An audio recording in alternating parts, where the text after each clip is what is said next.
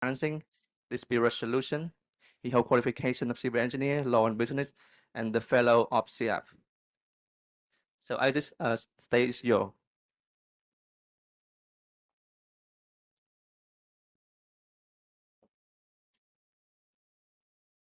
Hello, and very good morning to all of you. Hope I'm audible and visible through your screens.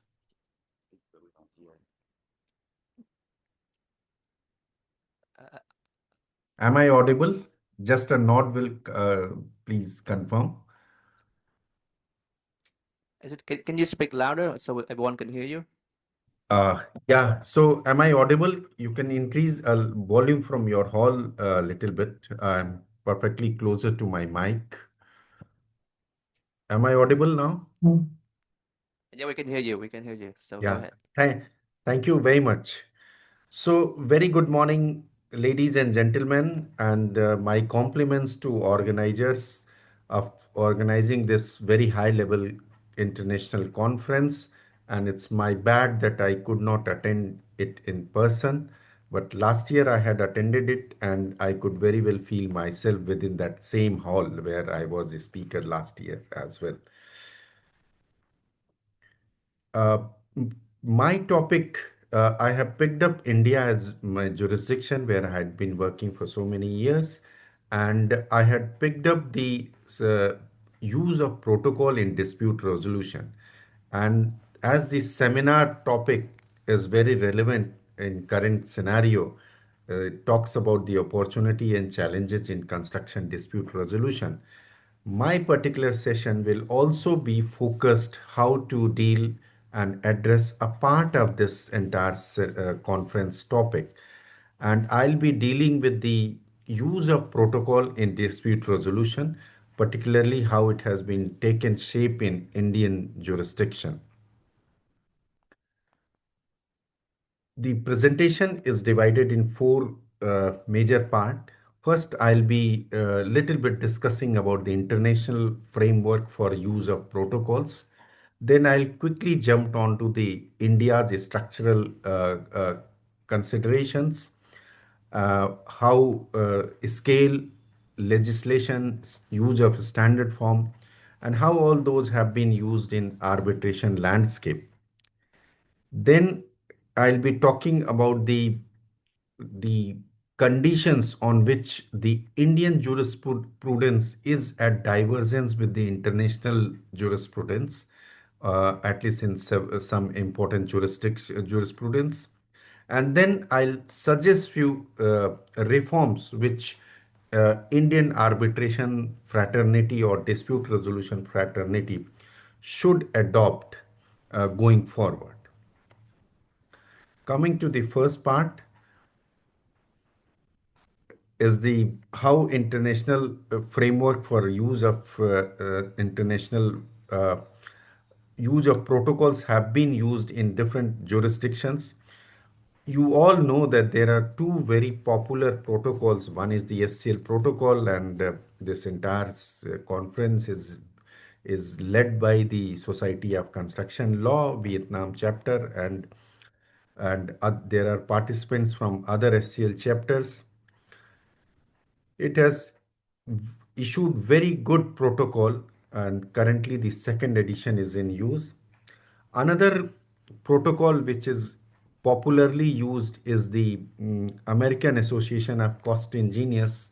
That is also very popular. It has certain other protocols on the delay and disruption, then other productivity loss and other protocols.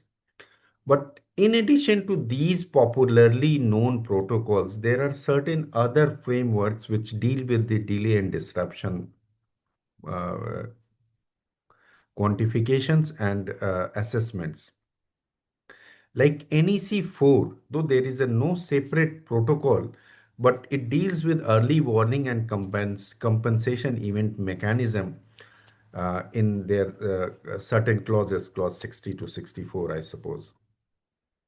Then American Association, this ASCE, this Society of Civil Engineers, they have also issued standard which deals with forensic analysis and determination of construction project schedule. Then there are other uh, sorry there are other schedules also which are quite popular, but I'll not be discussing about the nuances of this protocols. The main topic of my presentation will be how they have been used in Indian jurisprudence and how better we can use them, be it any protocol properly, most popularly use the SCL protocol. What protocols does or as of now stand? These protocols are non-binding. At best, they are persuasive authority in mature jurisprudence, including England, Singapore, Hong Kong, and Australia. India also uses slightly, I'll come in a little detail later on. They provide guideline on delay, disruption, and entitlements related to this. It largely uses the concept of critical path, the sequencing of activities, determining minimum project duration, and then it utilizes these critical path analysis to test causation through a program and not through narrative. Otherwise, in absence of these critical path analysis and the program analysis, what had been the practice is that the parties try to convince other party through different narratives that because you did not do this, so I'm in delay. So this kind of narrative is being used, but with these programs, the narrative can be crystallized in precise quantified aspects. I mentioned these two protocols. You all know I'm skipping this in the interest of time. Coming to the Indian scenario, and I'll be talking about this four aspects of Indian scenarios. I'll be talking about the what is the scale of Indian dispute and why this use of protocol will be substantial. Then what are the legislation related to this? How standard forms are helping in using or adoption of these protocols, and then how this can be better utilized in arbitration landscape to improve the outcome and the quality of arbitral awards and dispute resolution processes.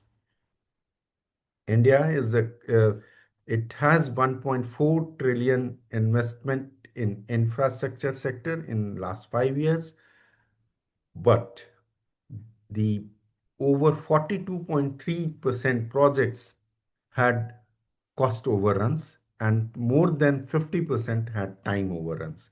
These are the data from the ministry responsible for collecting data, and this is troubling figure. And but India is not in isolation. More or less, this situation is similar in other countries as well.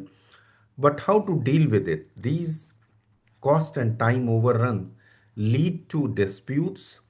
Then it is the responsibility of the adjudicating agency to exactly pinpoint how the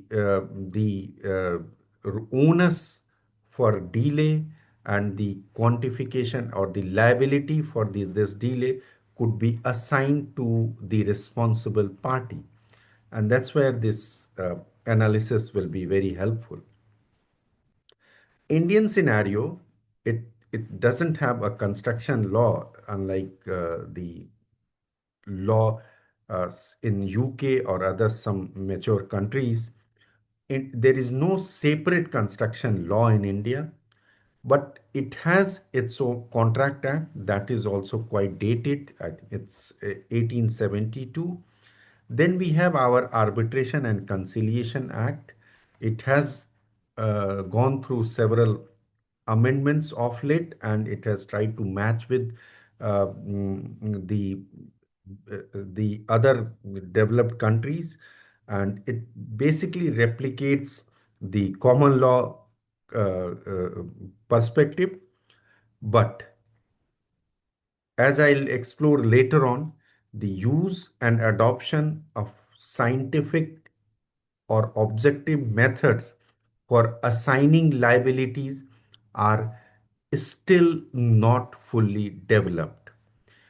And the two sections of Indian Contract Act, that is the section 73 and 74, they deals with the damages, but uh, as I'll tell you subsequently, is that the pinpointed liability assignment is still, I'll say, in gray zone. I'll cite some case also. The how this has happened, how the different case laws has developed over the period in arbitration landscape, is that so much so that the in a recent judgment, the Supreme Court of India has ruled that the even arbitral award can be modified to some extent if there is serious need of it. And then there are judgments who, instead of assigning pinpointed liabilities, they rely on fair assessment, fair estimate of assessment of damages rather than granular CPM finding. So these are the some of the troubling aspect as present which we have in Indian jurisprudence.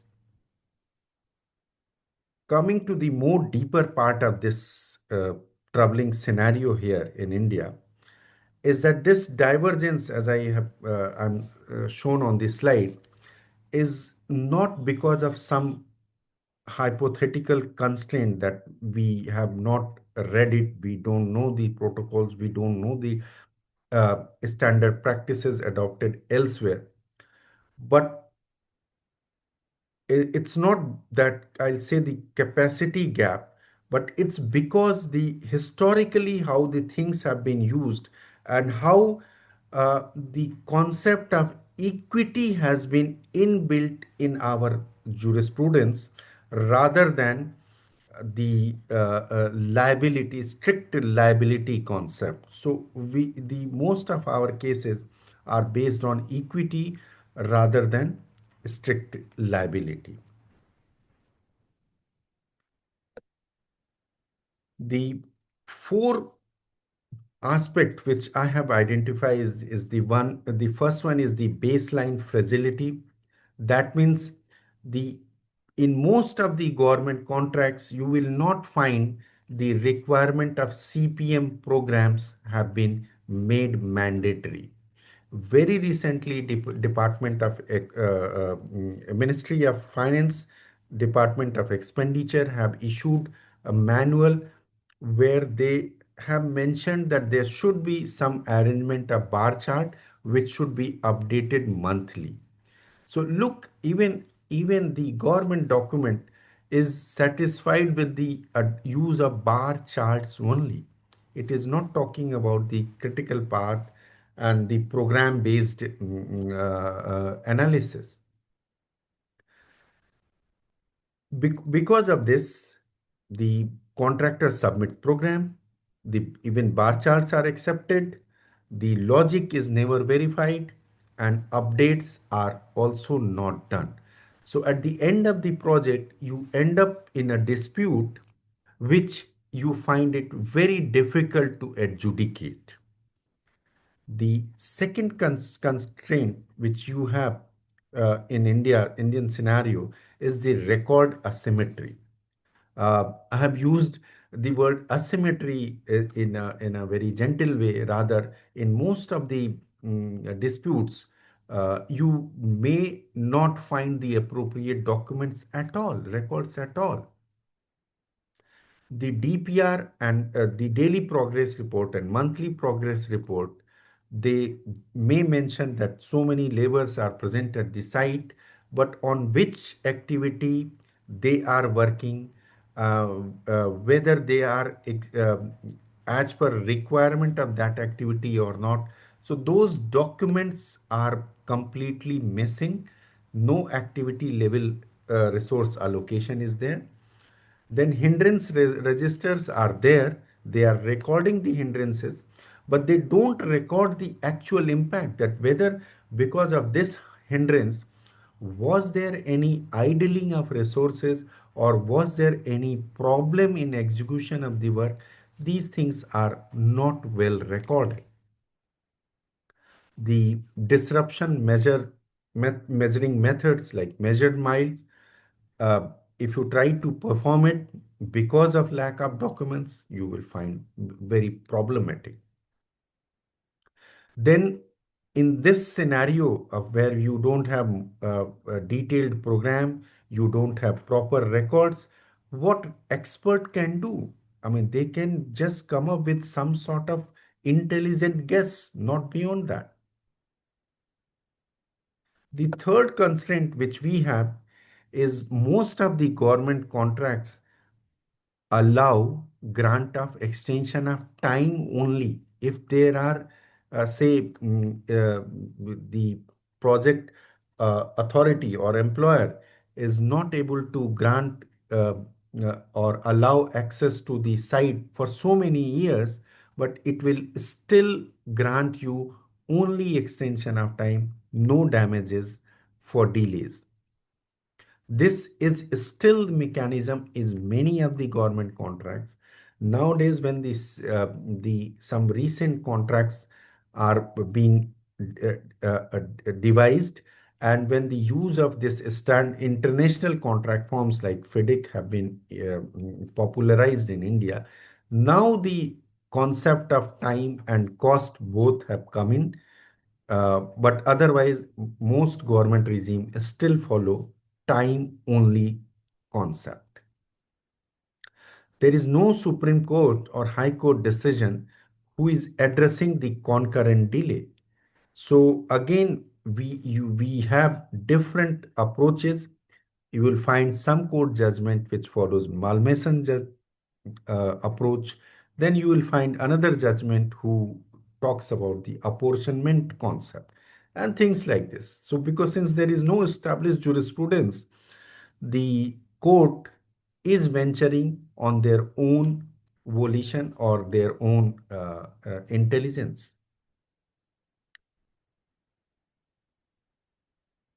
The last is the doctrinal constraint. As I mentioned, the section 73 and 74 of Indian Contract Act, it talks about a reasonable compensation and even permits estimation without precision. So it allows that in case the assessment is difficult, some kind of estimation could be made. These are the two important judgments which I have cited. There are very many more which have deal in different way, but these are the two important judgments which sets important premises in under Indian law, is that where loss is accessible, it must be proved by evidence, and then proof of actual loss required even where LD is stipulated. So this this Kailasnath judgment is argued other way also, by differentiating the fact of the case, but this is very widely used judgment which also insist on proof of LD also. Sorry.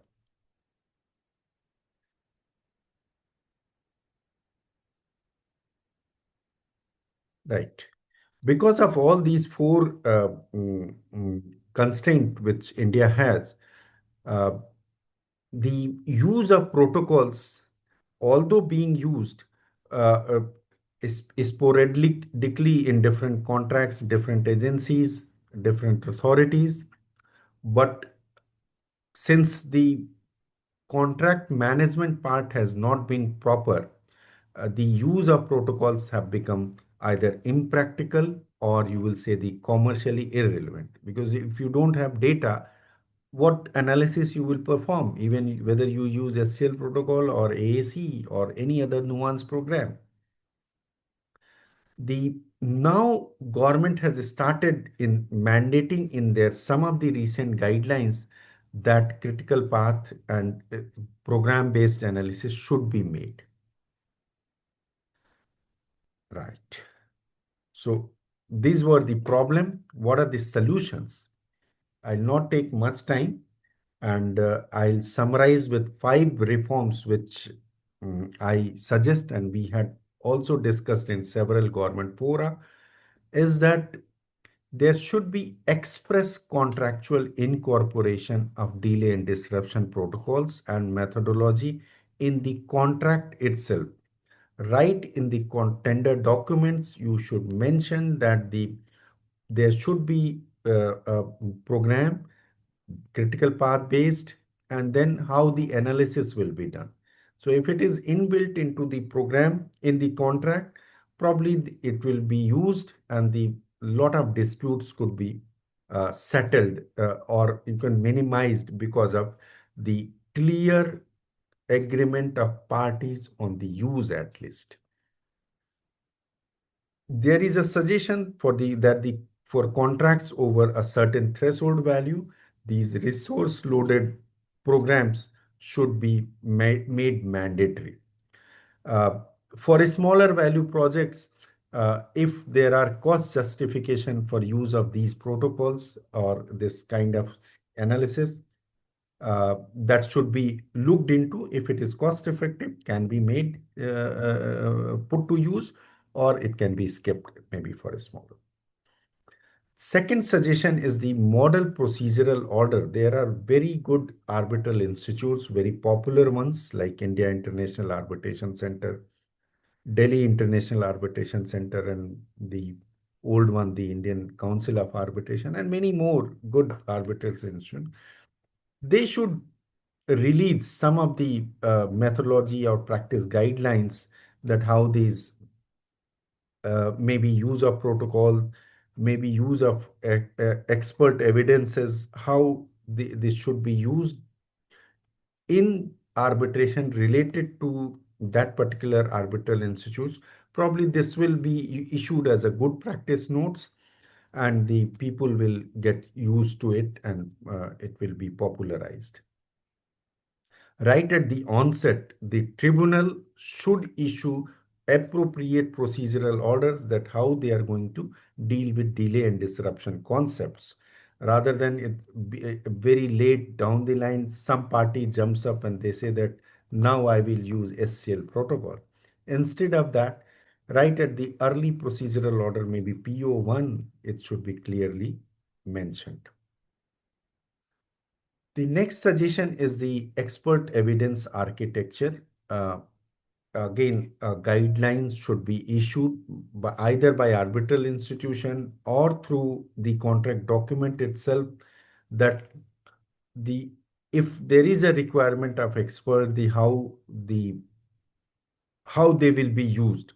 I mean, this will minimize the later time consumed during arbitration. At the initial phase, agreements are possible. Later on, when dispute has triggered, these kind of agreements I find difficult, and a lot of time is wasted on it. So that should be avoided.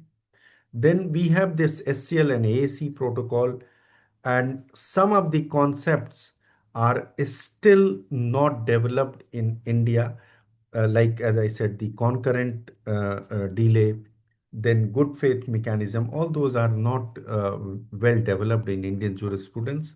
Maybe we can have certain amendments to the SCL protocol, which can, you can say, the Indianization of SCL protocols to suit with the law developed so far in India. And hello, Now, the last one is the institutional practice note. Obviously, it is the institutions. If they are convinced that use of these protocols are good, they could minimize the dispute.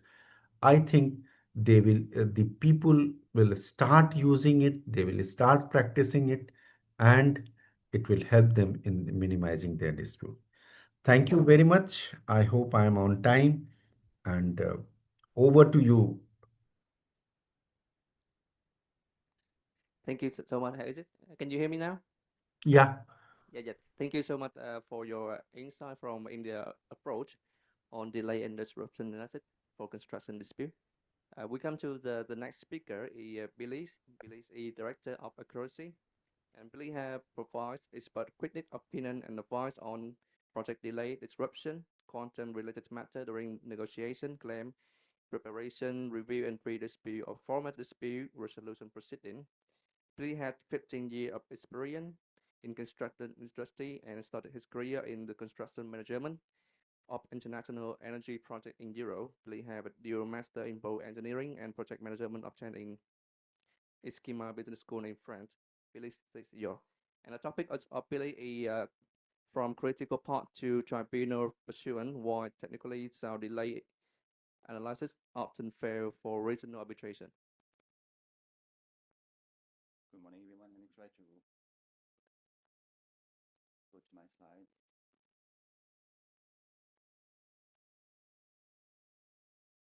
Can technical team can help to open the slide for Billy?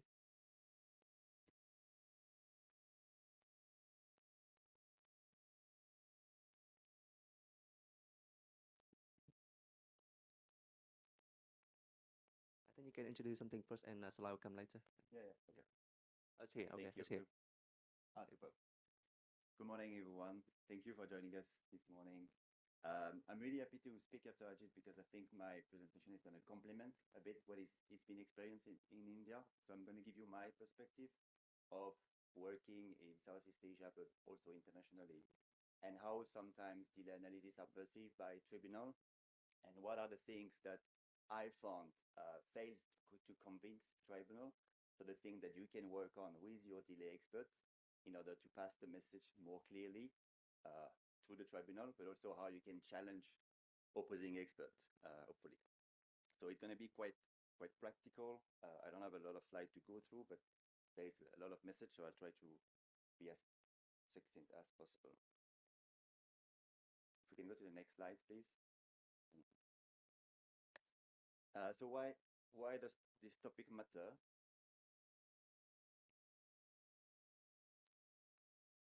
Super. Can you go to the next slide, please? Super. Yeah, so why do I think this topic matter? It ultimately, as experts, we want to convince and help the tribunal make a decision. So it's not really about our analysis or how do we perform it or how do we model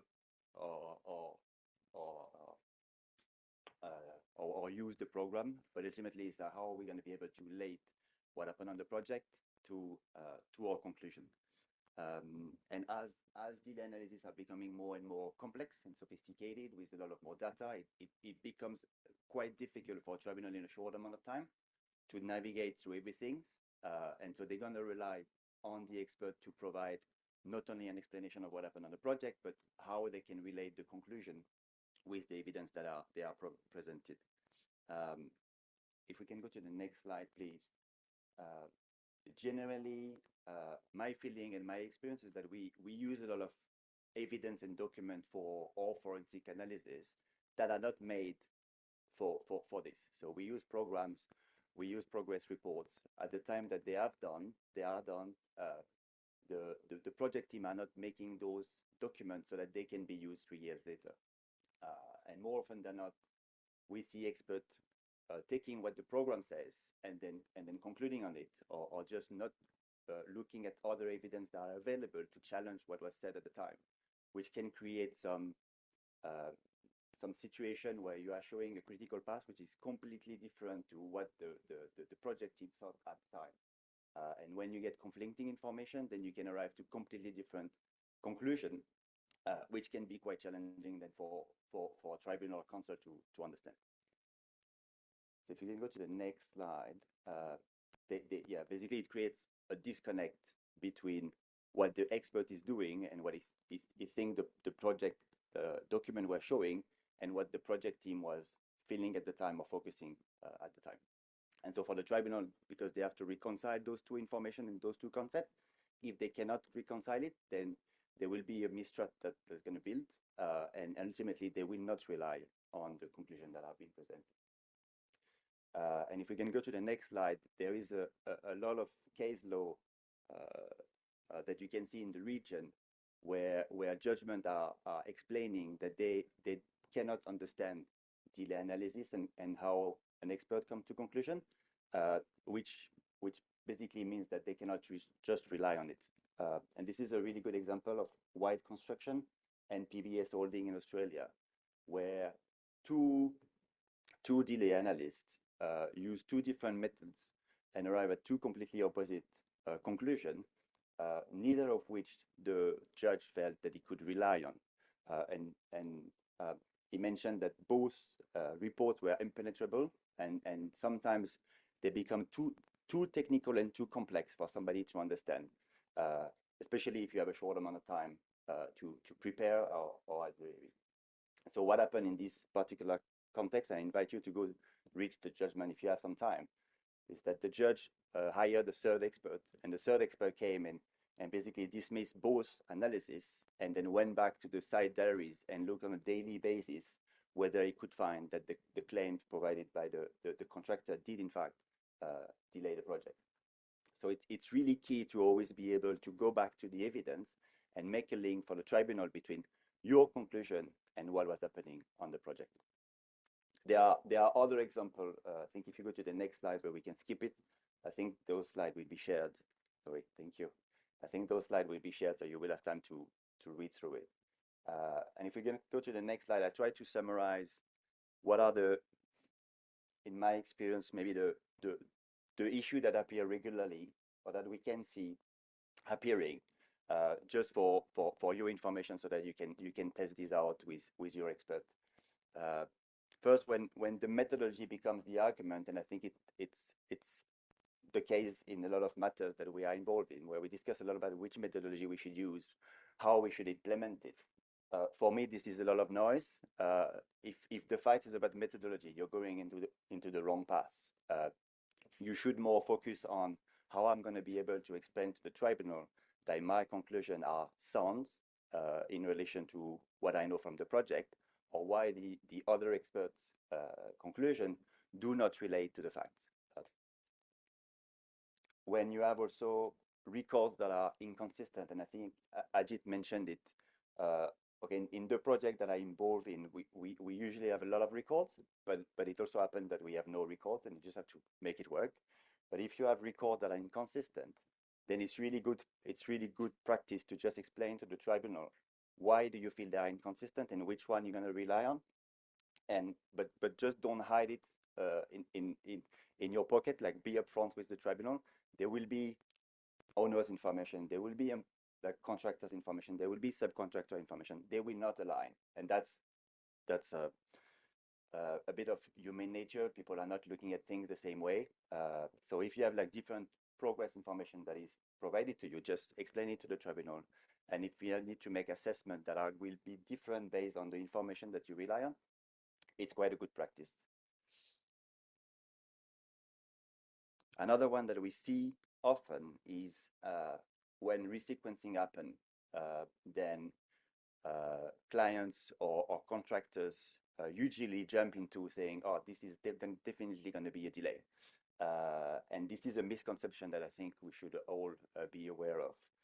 It's not because sequence changes that it means that there is a delay or a critical delay to the work, particularly just because the way the program has been set or the contractor is thinking about at the beginning of the project will evolve over time. So the way you do your project can and will change, and it's not because you change a sequence that ultimately you will have some delay on your project. And if you just take a really simple example of a contractor who has to build 10 houses in order from 1 to 10, he doesn't get access to house number 1. He can still start by house number 2 and then come back later to house number 1. But we see more often than not clients come to us and then want to rely on what they feel is a gold nugget, which ultimately doesn't make any common sense or is not instinctively correct. So it's always good to test some hypotheses from your experts with your common sense and your construction knowledge. If we go to the next slide, please. Another one that I feel is quite important is for your experts, or when you're an expert, to really explain what are facts, what are hypotheses, and what are your own judgments for the tribunal, so that they can really, thank you so much, so that they can really understand what they will find in the evidence, and what are things that you have considered based on your experience. If you don't explain this to the tribunal and they cannot really understand where each information is coming from, then it's going to be a bit more difficult for you to convince them.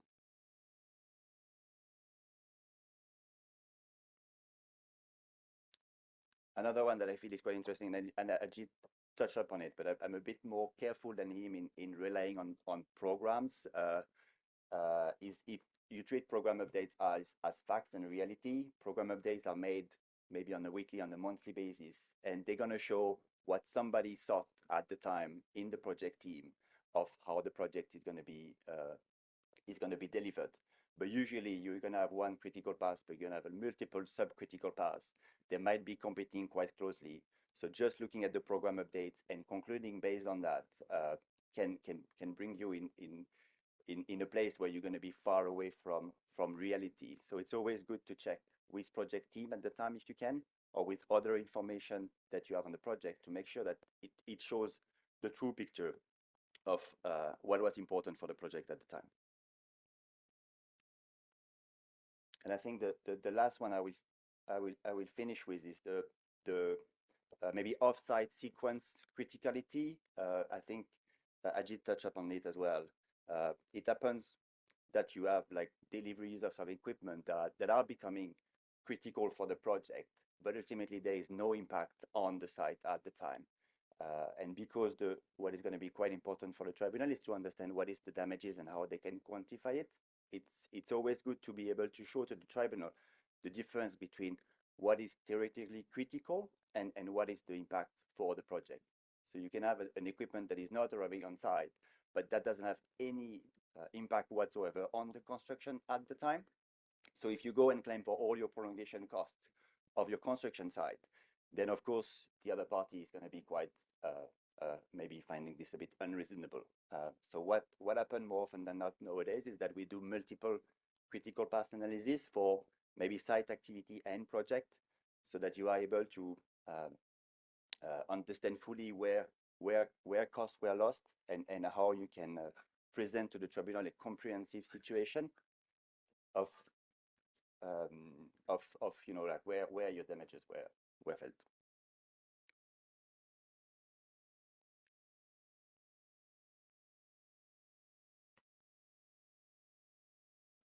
So from this, how can we make it a bit more useful as a delay expert, or how can you help your expert be a bit more convincing for the tribunal? Three points, I think, when framing the right questions, and I think it's more often than not, counsel come to us and ask us, can you identify cause of critical delay to the project completion? It's always good to try to understand, based on your case, whether this is the only question that's going to be relevant for you, whether you should tweak it a bit. Do you need to look at the overall project timeline? You know, is the key of your dispute during design? Is the key of your dispute during commissioning? So that you can tailor a bit the effort and not spend like months and months looking at everything, if you know that the core of the dispute is really on what particular element. Test the conclusion against the fact, really important. Work with your expert and challenge him based on your knowledge of the project and what the project team is telling you. If the answer is not satisfying, then you can be sure that it will not be satisfying for the tribunal as well. So find ways to link what happened on the project with what is presented, and if you cannot, then you need to have a really good explanation. And then presenting obviously the evidence in something that is accessible. We tend to see that tribunal likes to have like main report, which are quite short and neat, with appendices which explain like the detail of the analysis, because they can go and then pick and choose. Like if I want to look at critical paths, I'll go to Appendix B. If I want to like understand how you've done measurement, and go to Appendix C. And it's having it in a really structured way makes it really easier for digestion. And also I'm more a visual person, so narratives are great, but like if you are able to summarize things in a timeline in a chart, it's sometimes quite impactful as well.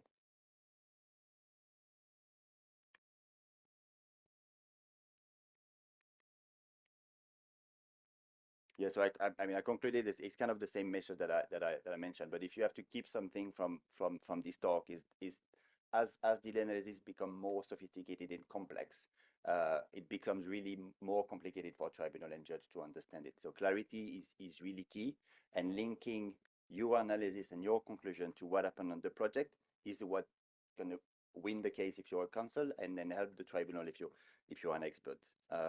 So avoid fighting on methodology, really look at what happened on the project and how you can relate all the facts that you have to your conclusion. At the end of the day, the tribunal needs to understand, if I was on the project at the time with the information that I had, what would have been important for me, and it might not be exactly what is shown in the record, but this is where you have to be working to explain this disconnect. And if you help the tribunal to see the project to that lens, then I believe you will be more persuasive and more convincing. Thank you so much for your attention.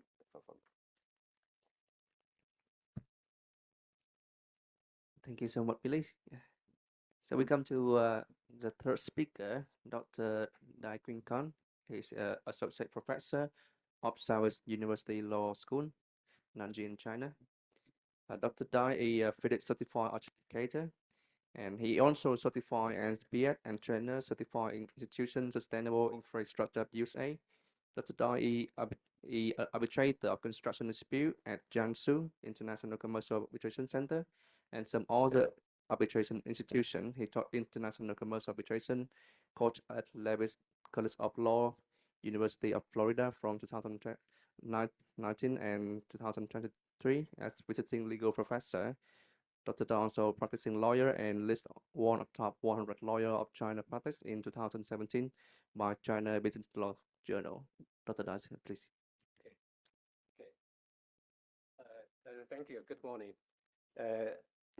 Thanks to my colleague in the panel, I would actually supplement from a Chinese law perspective. So PRC arbitration law. PRC arbitration law was enacted in 1994. The 2025 amendment coming into effect just last month was actually it was the first holistic renovation of Chinese arbitration law after 3 decades of implementation. So it is a huge project. 50 clauses out of 80 are amended, and 16 new clauses are added. So you can see, it is a tremendous project, and it marks a pivotal renovation of arbitration law in China. And construction industry is notorious for complex disputes. Those words actually are not mine, and they are the quotation from the Honorable Justice of Singapore Supreme Court, Mr. Cho Hik-tin. So given the complexity of construction disputes and also the active involvement of Chinese companies in international market, those changes in PRC arbitration law deserve some attention from stakeholders in international construction projects. So my presentation today will start with some key amendments in 2025 and also their impacts upon construction industry. And then I will talk on the responsive actions the construction industry is recommended to take. And finally, I will make a brief conclusion. I cannot cover all of the revisions, of course, in a short time. And instead, I will only touch some revisions which are related to 3 key issues. arbitration agreement and procedural efficiency, and also the recognition and enforcement of arbitral awards, which I think are important to construction industry. Regarding arbitration agreement, the 2025 amendments clarifies three key issues. Firstly, implied consent is legally recognized, meaning if you participate in arbitration without objection, even if there is no arbitral agreement, then you are deemed to consent to the arbitration. So later you cannot challenge the jurisdiction, or you cannot challenge the award later. In fact, this is not new. As early as 2006, the Judicial Court, the Supreme Court of China, issued a judicial interpretation on this and adopting this doctrine already.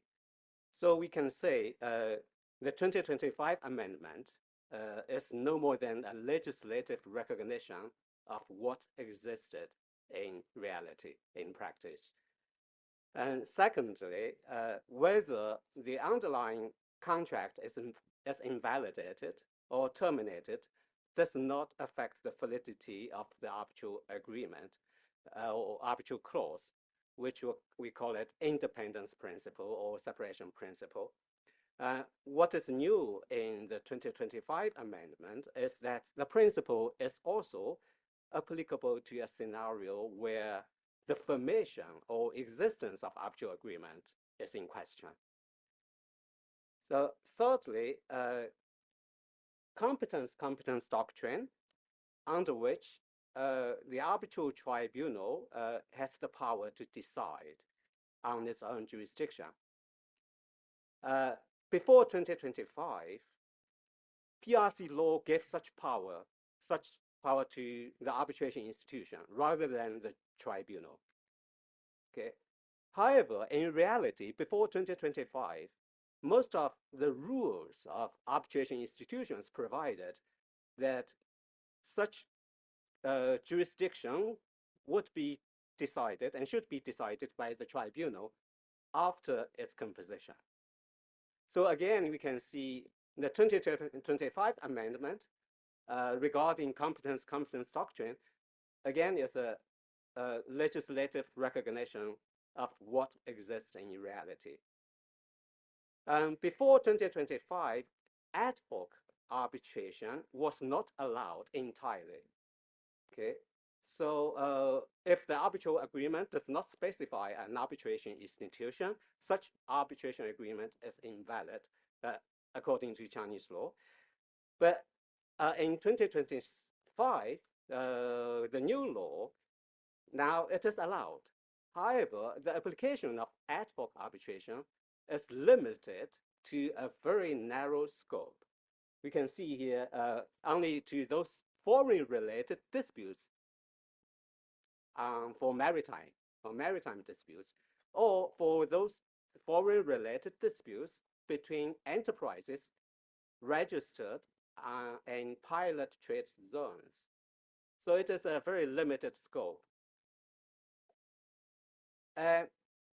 Those amendments in 2025 clarifies the frequently disputed issues regarding arbitration agreement and jurisdiction, and reduces the potential disputes of the parties regarding jurisdiction issues.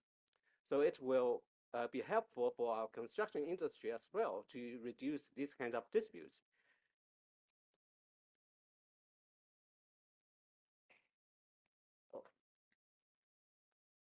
The second issue I would like to touch is the procedure. And the 2025 amendment optimizes arbitration procedure for greater efficiency. We can see here the time to challenge an award in the judicial court actually has been shortened from 6 months to 3 months. Of course, it can add an uncertainty of the final settlement of the dispute. And online arbitration becoming prevalent during COVID pandemic is now officially recognized. And thirdly, the courts are given stronger powers to issue emergency preservation and injunctions. Under 2025 amended arbitration law, a party in arbitration may apply to the courts to order the other party to take some actions or to refrain from taking certain actions. We call it act preservation, which did not exist before 2025. Okay, this one. Additionally, the courts actually are required to process the preservation in a timely manner.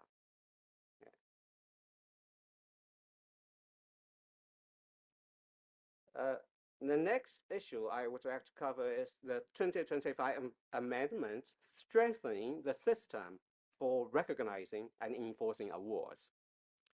The introduction of the seat arbitration concept is a major step forward, aligning China with international arbitration practice. It clarifies the historic ambiguity in China regarding the nationality of the arbitral award, which is critical for the judicial competence for setting aside an arbitral award or for recognizing and enforcing an arbitral award under New York Convention. Secondly, the 2025 amended arbitration law provides that parties are required to conduct arbitration activities in compliance with good faith principle, which is a very important provision in 2025 amendment. An arbitral award polluted or stained with violations of good faith principle may have problems in recognition and enforcement, which I will discuss this later in the next part. So, facing those changes in PRC arbitration law, what should we do? What actions are recommended? Here are three takeaways. First, we need to draft the arbitration agreement or arbitral clause properly, incorporating all elements required by the statutes. In the party, if the parties select mainland China as the seat of arbitration, the parties must know that ad hoc arbitration actually is limited to a very narrow scope. And mostly construction industry actually does not apply. It is not maritime dispute. It is not a dispute between enterprises registered in pilot trade zones. So no, ad hoc arbitration actually is not applicable, mostly for construction industry. So a specific arbitration institution is better to be specified.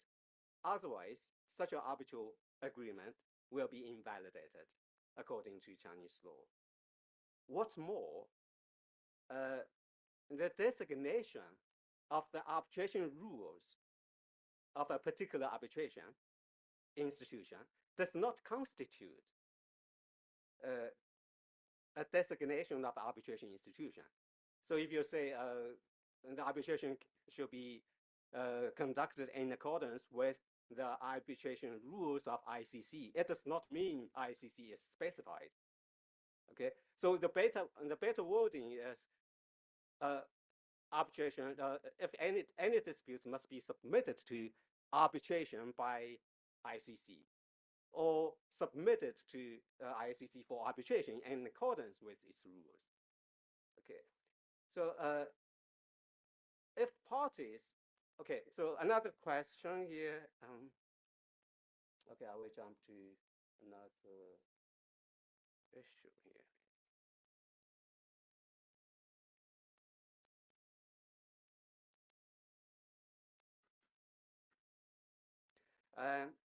The second recommendation here is that we must be fully aware of the risk of implied consent. if there are any issues regarding the existence or validity of arbitral agreement or the jurisdiction of the tribunal, challenge it before the first hearing. The timing is very important, before the first hearing.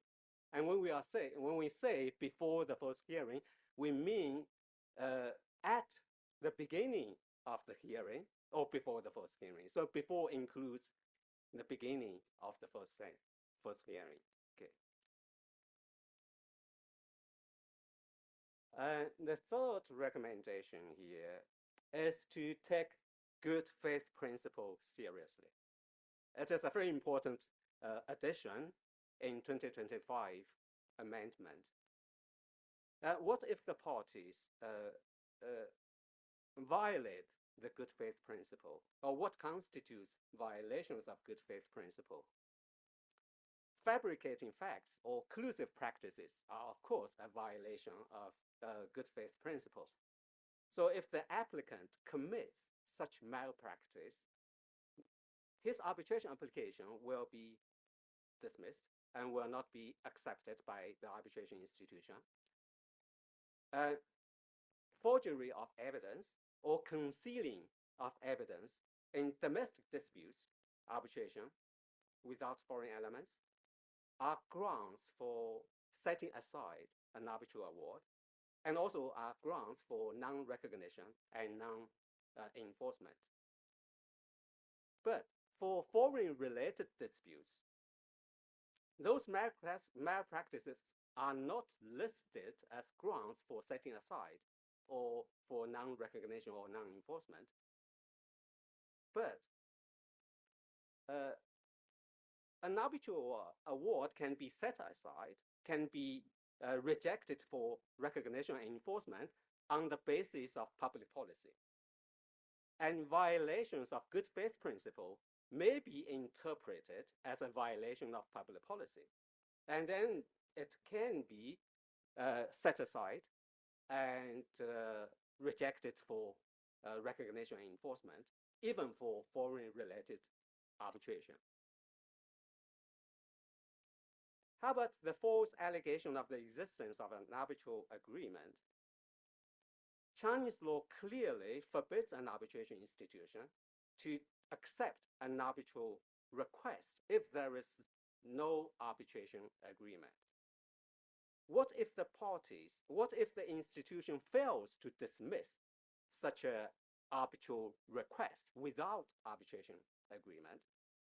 And a deemed implied consent, an implied consent is deemed by the tribunal or by the arbitration institution. Can the losing party later challenge the arbitral award on the basis of violation of good faith principle because the claimant fraudulently allege the existence of an arbitral agreement?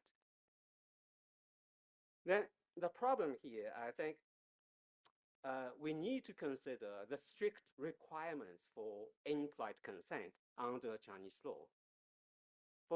Under Chinese law, the arbitral tribunal has to remind the parties that there is no arbitral agreement.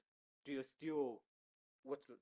still consent the jurisdiction? And do you have any objections? And such a reminder must be recorded in the transcript of hearing. Then the arbitral tribunal can deem that there is an implied consent. But if the tribunal fails to remind or fails to record such a reminder, then the implied consent will not be supported by Chinese courts. And such an arbitral award may be challenged on the ground that there is no arbitral agreement, but not on public policy, but there is no arbitral agreement because implied consent is not legally effective. So let's jump to my conclusion. Firstly, I would like to say, compared with statutory legislation, arbitration practice in China in the past respond quickly or much faster to the good best arbitration practice in international community and has been acting as a driving force for improving PRC arbitration law. I think that's one of the meanings of this event. We as arbitration practitioners are not only the law abiders, we may become the driving force to promote the development of domestic arbitration law. Secondly, the PRC amended arbitration law in 2025 represents a significant modernization of China's arbitration system. This will have a profound and positive impact on construction industry. However, there remain some issues and problems which may be challenged, scrutinized and questioned and developed in arbitration practice, to which the construction industry must pay cautious attention and also may make great contribution as well. Thank you so much. Thank you so much, Dr. Dai. Yeah. Very interesting to hear something new from China. And I think I will have some question for you during the Q&A session. And the last but not least speaker is Hazal Tan, managing partner of Hujon Law Firm in Singapore office. We come with the topic drafting for enforcement, case study from Singapore, Hong Kong, and mainland China in construction arbitral award and the implication for Vietnam. Some introduction from Hazal. Hazal is over 18 years of experience in international arbitration, particularly in China-related dispute across construction, energy, and infrastructure sector. Before joining Hujon in 2024, she was partner of leading Singapore law firm and worked in Shanghai office. She previously served as counsel at ICC, International Court of Arbitration in Singapore, and Center Director of Singapore International Mediation Center, gaining extensive experience in both arbitration and mediation across Asia. So Hazal, stage here. Thank you, Tony. Very good morning to everyone. Now, construction arbitration in Asia has been growing fast. I think there's a reason why we are all gathered here today for the past few days. The Belt Road Initiative, the post-pandemic disputes, and the major infrastructure projects in the region have all contributed to this trend. But there is one point I would like to start with. An arbitral award is only valuable if you can enforce it.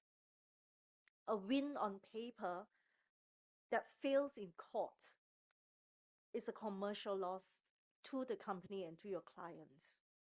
So today, I would like you to travel with me to 3 very important enforcement hubs in the region. We're going to travel first to Singapore, and then to Hong Kong, and then briefly to China before coming back to Vietnam, and see what practical lessons we can draw from the recent court judgments for Vietnam-related projects.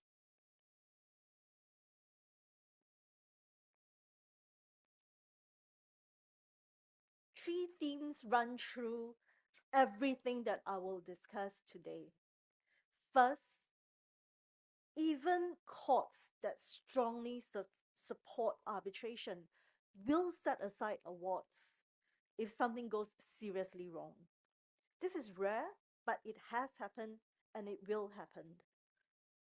Second, in Hong Kong and in Singapore at least, the failure to follow pre-arbitration steps, such as negotiation, mediation, is generally treated as an admissibility issue rather than a jurisdictional issue.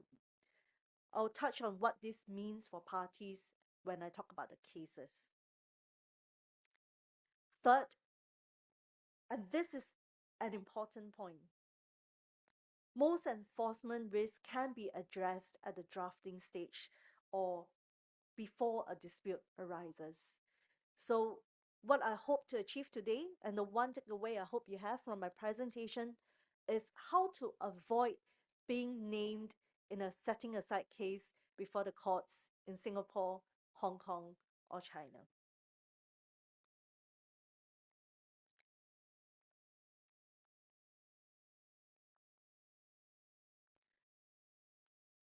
Now, coming with me first to Singapore.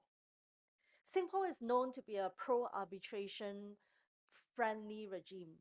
But in recent cases, you will realize that the Singapore courts are quite ready to set aside awards when something has gone seriously wrong. And this is part of a pro-arbitration regime. We need to protect the arbitration process. The first Singapore case I would like to talk about is Wan Sing Metal Industries and Hua Tian Engineering. This case is about pleading discipline and is important for both arbitration practitioners, experts, and also for clients.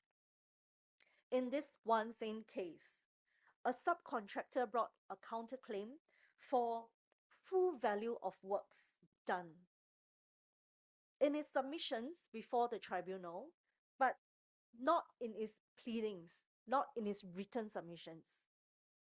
It expanded that claim of full value of works done to include work that it had not actually completed. Loss of expectation. The arbitrator awarded damages to the contractor on this expanded basis. Of course, it went to the Singapore Court of Appeal, and the award, this part of the award at least, was set aside because the Singapore Court of Appeal found that the arbitration tribunal had decided a claim that was not properly pleaded. Now, there is no dispute between parties that during the hearing, this was argued. And there was also no dispute that both parties had engaged on this on some level. However, in the written pleadings, that was never amended to include a claim for works that was not actually completed. The court found that the main contractor, therefore, never had a proper chance to respond to this claim. That was found to be a breach of the fair hearing rule. The lesson from this case is simple. What you claim in your written pleadings must match what you ask the tribunal to grant. If the scope of your case changes in the course of the arbitration hearing, and that does happen, you must amend your pleadings formally. Don't let it expand quietly in submissions, because that will be set aside after years of fighting. Now, moving to the second Singapore case, DJP and others and DJO. This is something a bit different. And you may have heard of this. It's also known as the copy and paste award. In this case, the same presiding tribunal had been sitting in 3 parallel arbitrations involving similar contracts for the same project. He issued the Singapore Award last after the first 2 arbitrations. When the parties received the award, they looked at it and they realized that 212 out of the 451 paragraphs had been copied and pasted from the earlier awards. The subject matter was really similar, but there were important differences. References to arguments, clauses, and even a governing law that did not apply in the Singapore award was referred to in the award they received. The Court of Appeal set aside the award entirely. It held that while using earlier awards as a template for your decision is acceptable, tribunals need to tell parties that this is what they're going to do. And they need to give parties an opportunity to address them on this, to highlight the differences. If not, this is viewed as a fundamental breach of natural justice. The lesson here really is, if you have parallel arbitrations with the same presiding arbitrator, and there are good reasons for doing so, you must agree in writing that each case must be decided on its own. When you receive the award, in particular, check it carefully for references to things that were never part of your case in this particular arbitration. Now I'd like you to move with me to a neighboring city, the Hong Kong jurisdiction. I'd like to first talk about a leading case called C&D. This is the leading Hong Kong authority on multi-tier dispute resolution clauses, something that is quite common in construction disputes. In the case of C&D, the contract required parties to first negotiate and take certain steps to try and resolve the disputes before going for arbitration. A scenario that I'm sure all of us in the room have been through and have argued before. Likewise, in this case, one of the parties argued that these pre-arbitration steps were never completed, and therefore the tribunal had no jurisdiction. Now, this case went through every level of the Hong Kong courts, including the Court of Final Appeal, and it was rejected. The Hong Kong courts held that the failure to complete pre-arbitration steps goes towards the issue of admissibility, not jurisdiction. The question should be whether the claim is ready to be heard, and not whether the tribunal has the power to decide the dispute. And that issue of admissibility is for the tribunal to decide, not for the court. In practice, what does this mean for us? This means that a tribunal can stay proceedings so as to allow parties to complete these pre-arbitration steps. It can also impose cost sanctions if the steps were not complied with. But it does not mean that just because you did not follow the pre-arbitration escalation steps, the arbitration will fail entirely. This is an important consideration for construction contracts, where we often see multi-tiered dispute resolution clauses. Hong Kong will not let a party use non-compliance as a tool to derail the entire arbitration. So if you do want to use escalation steps as a condition precedent in your contract, you have to say so very clearly in the contract.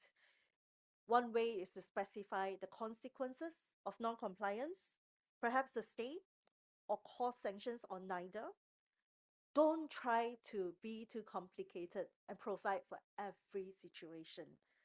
And you need to, as my colleagues have mentioned, raise non-compliance as early as possible in the proceedings. Now I'll move to China, and we're going to do something a bit differently because we've already heard about the recent amendments in the China arbitration law. What I want to talk about is a data from an empirical study of 203 enforcement awards in mainland China. This was conducted on the available decisions between 2012 and 2022. 91% of these enforcement applications were actually fully granted. Around 68% were resolved around a year. Enforcement activity has spread across 20 provinces and municipalities across China, and generally the PRC courts are supportive of the New York Convention. So in short, you can actually get awards enforced in China quite easily and readily.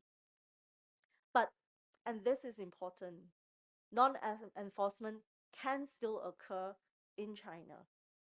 And when it does, we're going to examine some of the common reasons why awards are set aside. In more than half of the cases that were studied, the arbitration agreement was found to be invalid.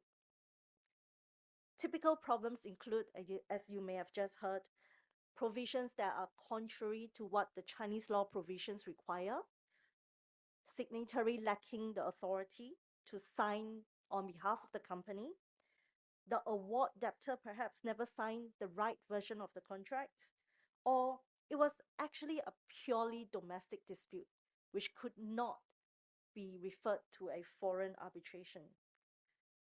The second most common reason that awards are set aside in China is that the tribunal decided something outside of its jurisdiction. One additional point I would like to complement on the PRC arbitration law, which came in effect last month, is that it introduces something interesting called a reciprocity mechanism.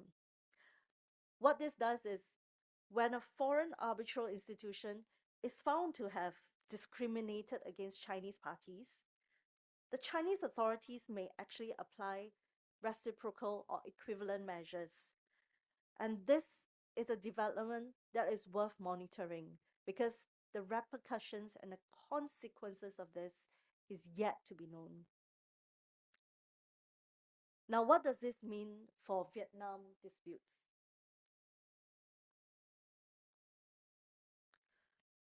Vietnam sits at the intersection of all these enforcement hubs, and there are a lot of Chinese investments in Vietnam. A lot of the project financing also often comes from banks in Singapore and in Hong Kong. So very often at the end of the arbitration, you may find yourself having to enforce that paper award in one of these three enforcement hubs. Vietnam's own legal framework is evolving. By now, we are familiar with the recent proposed amendments to the Vietnamese arbitration law. And Article 86 in particular now expressly recognizes international dispute resolution models. What I've shared today are examples of pitfalls where at the drafting stage or at the pleading drafting stage, it has affected the enforceability of the award that was eventually obtained. And I hope to draw 3 points. First, the courts will intervene when something goes seriously wrong. Multi-tier clauses in particular is generally an admissibility point, and it doesn't go towards jurisdiction in Singapore and Hong Kong at least. The main risk in Singapore, China, and Hong Kong can be addressed very early at the drafting stage. When it comes to Vietnam-related construction projects, the message is clear. Think about how your award, when you obtain it, will be scrutinized in these three enforcement hubs before you sign the contract. That discipline, when you think about drafting with enforcement in mind, is what separates a proper win from a paper win. Thank you so much for your attention. Thank you so much, Hazel. Want to see your number 91% of foreign award fully afford in China. It's very, very interesting number. In here, it's like our dream number in here. We need to admit that in Vietnam we have a chấp about that cannot reach very high level like that. Something we need to improve. Thank you all the panelists for your presentation. Very much information. Now I think we have 15 minutes for Q&A session. And before we come to the question from the floor, I want to ask something first for the speaker. Can I come first with Billy that Mr. Isaac also mentioned about disruption claim, and in our construction industry in Vietnam, it's rarely that the contractor they serve a disruption claim, and the main reason that they know how to do with the delay claim, but for disruption, they not really understand how to prove or how to show evidence, how to justify the disruption claim affect their right or entitlement to contract. So can you very briefly explain to them how we need to do with disruption claim to be successful? Thank you, Tony. Yeah, when it comes to disruption, most of the time it's going to be down to the record that you have. The difficulty that you're having is that you looking back 3 years afterwards, and you try to explain why your production or productivity was impacted by an event. But more often than not, you're going to have some general information about resources, quantity that were achieved, equipment that were on site, but they're not going to be specific enough for you to explain that in area 1, I was impacted by this event, and I can explain it because I have the record of who was working there, which equipment was there, and what quantity I achieved. You usually have it on the overall project, but you don't have it to the level of detail that's going to be required for you to be able to demonstrate to the court and make the link between when an event happened and what happened on the project. So there is no magic solution, but ultimately you want your records to be as detailed as you can. So you need to go to your team and ask them to split the manpower by area, by building, whatever you feel is relevant for the project.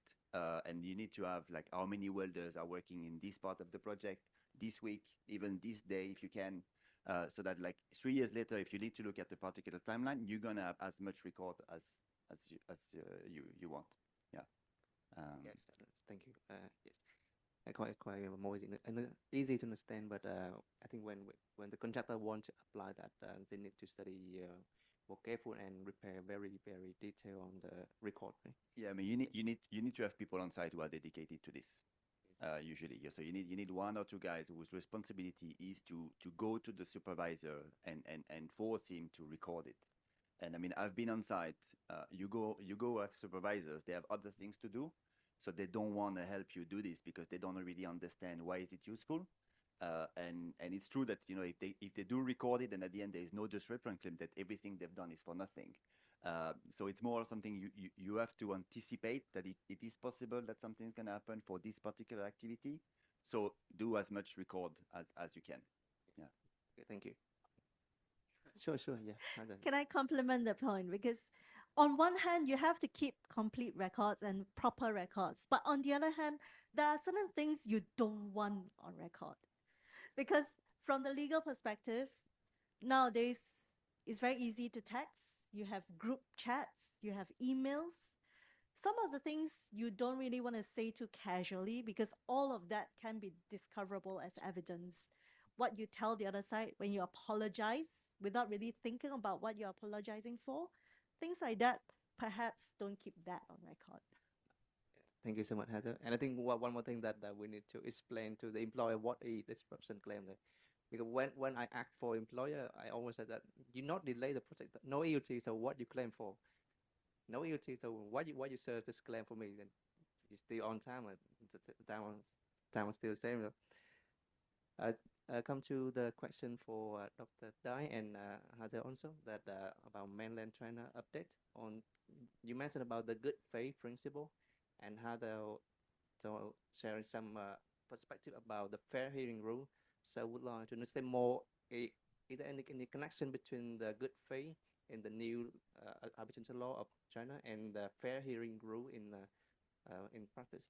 In any connection, or is different, absolutely different concept? Actuality of the concept. I mean that is there a connection between the two concepts, that the fair hearing rule and good faith, or it's absolutely different? Okay. So good faith principle actually is added in the new amendment. Before 2025 amendment, there is no such a clause in arbitration law called a good faith principle. So it is a very important step. But the problem is, good faith principle actually needs a lot of interpretations. What constitutes good faith? Just now, you mentioned, what is something actually, some evidence or documents you don't like to be recorded, or you want to share, you don't want to share those what is recorded in documents. Does it constitute a concealing of evidence? Or if you try to delete some documents or some wording in the WeChat group, which is unfavorable to you, does it constitute a violation of good faith principle? And if it is regarded as a violation of good faith principle, and it is argued by that party, the arbitrator, or if the arbitrator doesn't care, but the judicial judges may care. So when the arbitrator does not care so much about these kind of so-called violations of good faith principle, and the award is made, and this award may be challenged in judicial courts. Because, public policy doctrine is also recognized under New York Convention, right? So an arbitral award can be rejected for recognition and enforcement under New York Convention if the court considers that this arbitral award is a violation of public policy. And what is public policy? It will be defined not by New York Convention. It is defined by the domestic national court, which the recognition and enforcement is sought. So again, if an arbitral award made in Singapore, in Vietnam, and the arbitrator does not consider the violations of good faith principle, then it might be challenged in Chinese judicial courts if such a arbitral award has to go to China to be recognized and enforced under New York Convention. Then the Chinese judges say, okay, why those documents are deleted, or why those WeChat message actually are not produced to the arbitral tribunal? Does it constitute a violation of good faith principle? Does the party conceal evidence? No, this will be problematic. Yeah. Azad, do you want any further comment? Maybe just a quick point. I feel that the good faith principle under the recent PRC arbitration law amendment is not a foreign concept. It's something that we are all quite familiar with, the general principle of good faith, and it's generally directed at parties' conduct. But the fair hearing rule is more directed at the way the tribunal conducts the arbitration. And the consequences of a breach is different. If the party breaches the good faith principle, your arbitration might be dismissed. But if the tribunal breaches the fair hearing rule, his or her award might be set aside. So while it's similar in concept, I think the consequences and who is directed to is quite different. To actually add, a foreign arbitral award made in Vietnam or in Singapore, of course, Chinese judicial courts actually has no jurisdiction for setting aside such an arbitral award. But if such an arbitral award goes to China for recognition and enforcement, then it will become a problem. I think very common in the proceeding that one party denied to produce the document because they no, this document is not good for me, so why I need to introduce to you? And if the tribunal want to do something, they can do. But now, if they want to enforce that award in China, they need to care about that, right? Yes. So thank you so much. Can I invite the floor to have any question for the panelists? Yes, we have a gentleman here. Yeah.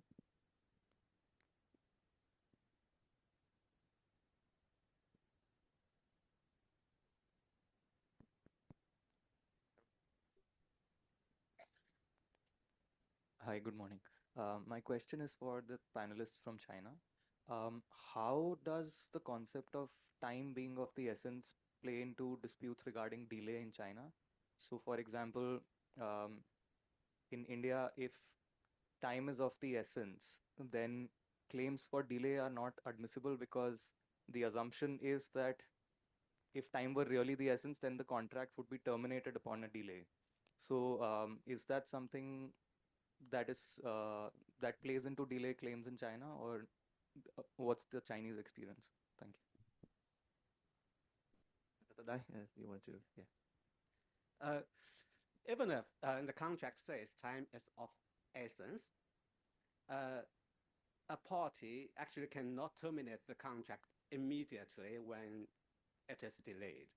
So according to Chinese law, still we have to serve a notice and give a grace period before termination of the contract. Okay, this is one point. And the second, even if it is the contract says time is of essence, still the party is entitled to liquidated damages if there is such a provision in the contract. And if there is no such a provision in the contract, then the parties may, of course, claim damages on the basis of law as well. Okay. Does it answer your question? Yeah, okay, thank you. Azad, do you want to put it? Can I invite more questions from the audience? Yes, we have Anu on the left. Yeah.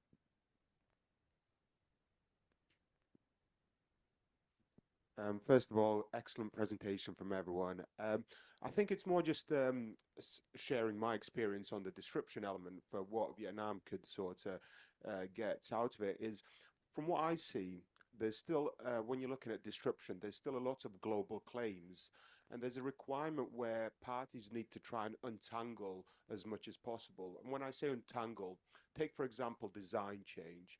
You can't say that accumulation of all of the design caused you disruption unless if you break it down, there's a requirement whereby each event needs to be particularized, and anything left over, then you try and demonstrate through the loss of productivity, which is disruption. But what I see in my experience is that parties tend to put things together and more to support their case. So doing a more of a global claim, which is really, if you really want to get down to the disruption, you really got to look at the loss of productivity, and it's untangling everything as much as possible. So just a little bit of sharing.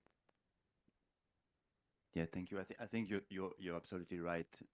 And I always try when we discuss with our client to say, like, put yourself in the shoes of the guy who's going to receive the claim. If you were to receive this, would you find this reasonable? Yes or not?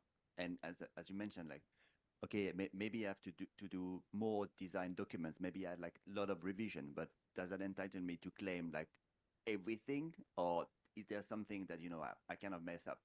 But it's a lot of discussion that you need to have with your clients, and ultimately whether or not they want to put themselves in the other party's shoes is down to them. But yeah, it's I completely agree with you.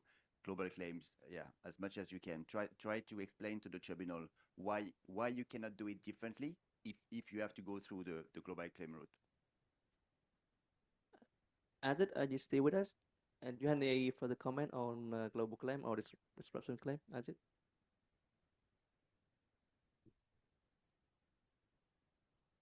Hello.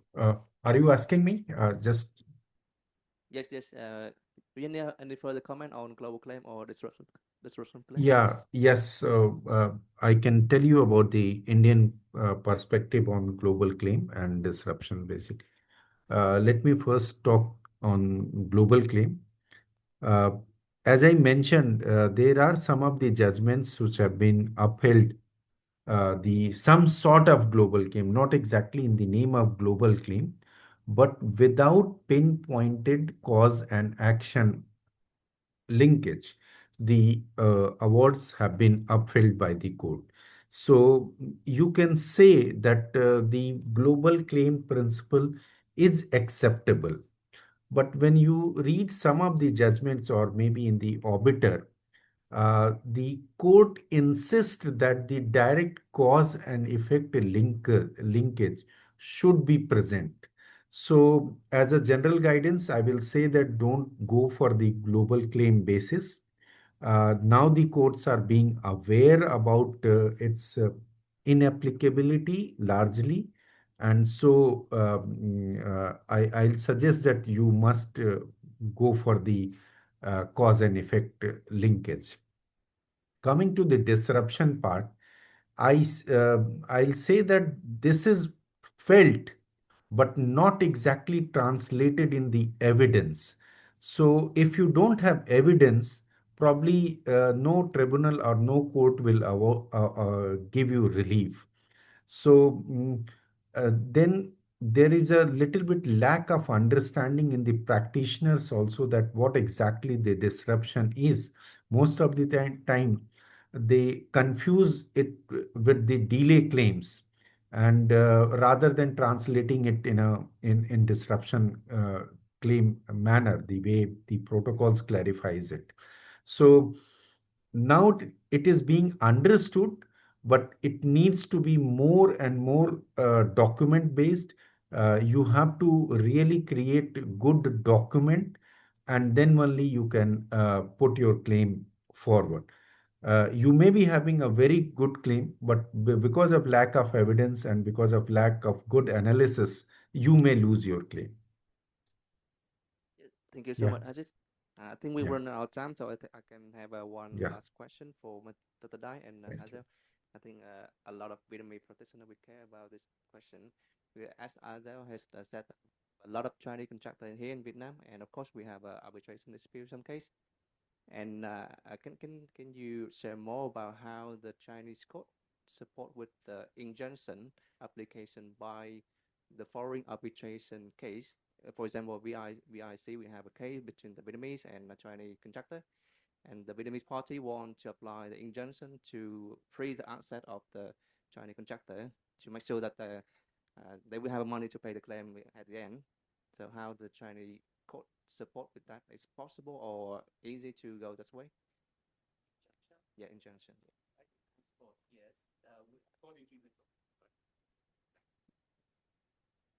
So this is a very good question. So in 2025 amended arbitration law, we do have this injunction procedure. So a party can apply to judicial court to order a party to take actions or to refrain from taking actions. This is an act preservation mechanism. So yeah, the party can go if they have legitimate ground for Chinese court. The foreign arbitration case. Yeah, they can do that. Yes. Yeah. Hazard, do you want any further comment? Just one short supplement.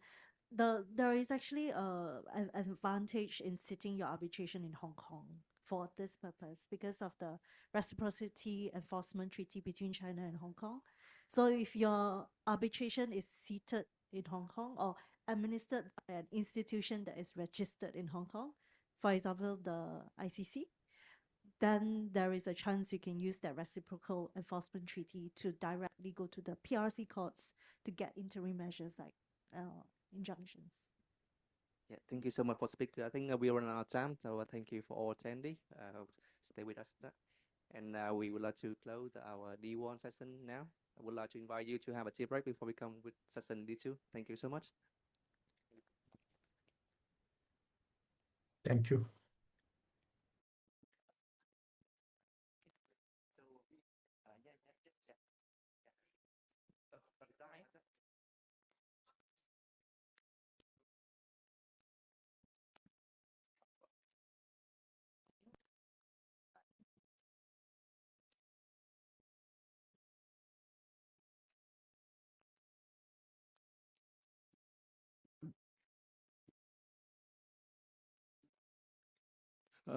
After this photo, I would like to invite all of the participants here to join the photo with the speaker, please.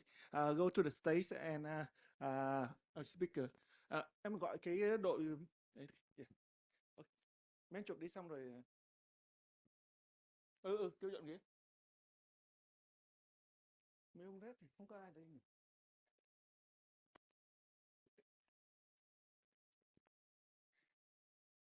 Anh cầm cái bàn chứ không... Okay. Can I want to come to stay so together? Yeah. Then we can have a two line. One on stay and one on the floor.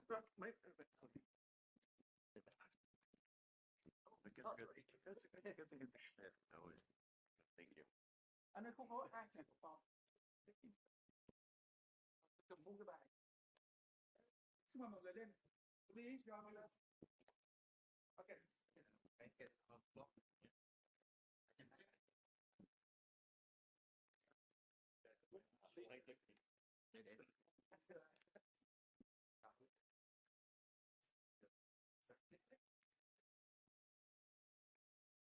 Good morning, ladies and gentlemen. Welcome to the panel D2, Construction Dispute Resolution in Southeast Asia in the framework of Ho Chi Minh City International Construction Arbitration Conference. My name is Lynette from L&T and Partners. I am also the Vice President of the SCL Vietnam. It's my great pleasure to welcome you here. And thank you so much for having your time with us. First, I would like to introduce our distinguished speakers. First is Madame Nay Y Lin. She is the Advocate and Executive Committee members, International Relations Division, Myanmar International Arbitration Center. And Ms. Nay Y Lin is an advocate and certified arbitrator with extensive experience in litigation and international dispute resolution in Myanmar. She earned her LLB from Dagon University in 2004 and subsequently received a diploma in international law, a diploma in business law, and a postgraduate diploma in global English from the University of Yangon. She began practicing law in 2006 and was admitted in an advocate to Supreme Court of Union of Myanmar in 2014. Her legal practice encompassed civil and criminal matters across multiple levels of court, demonstration both breadth and depth of expertise.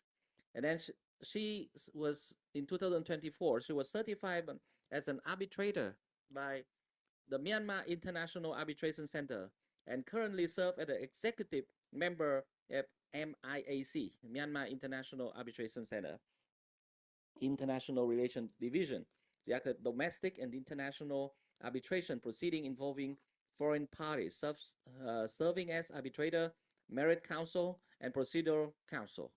Ms. Nay is committed to advancing her international arbitration practice and strengthening Myanmar arbitration framework, promoting professionalism, transparency, and confidence in resolution of complex commercial disputes. So in one word, if you go to Myanmar, please go to Ms. Nay.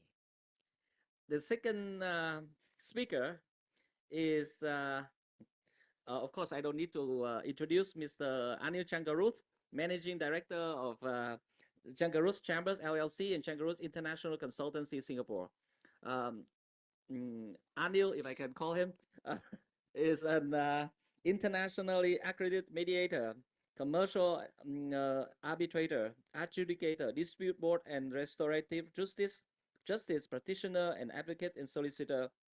And he is an advocate and solicitor of Singapore since 1995. Wow.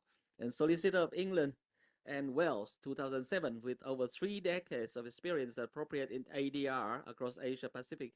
His practice spans civil, commercial, and criminal conflict avoidance, dispute resolution, and front-end contract advisory, with particular depth in building, construction, infrastructure sector, and intersector environment, social, and governance, and sustainability (ESG). And Anil also holds MSc in construction law and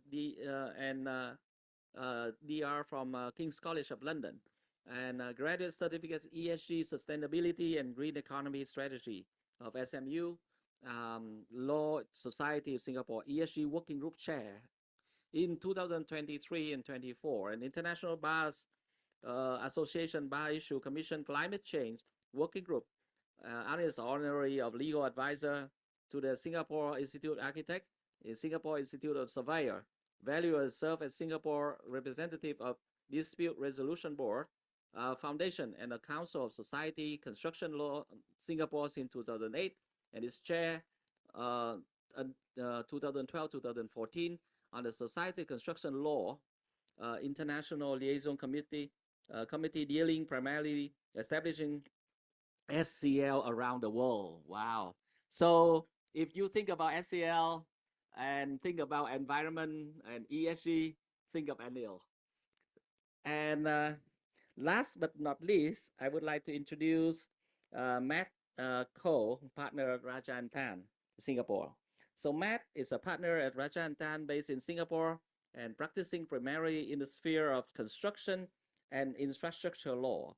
Matt has been involved on a variety of projects across Singapore and other countries in Asia, ranging from industrial to residential projects to power plants and waste treatment facility. He advised both employers and contractors on all stages on the project life cycle, on tender submission to contract administration and settling of final account. He has experience in arbitrators conducted under various arbitration rules, statutory adjudication of construction dispute, as well as in general commercial litigation. So in other words, if you want to know more about arbitration in Singapore, please ask Matt. So I'm very glad to have distinguished speakers. Thank you so much.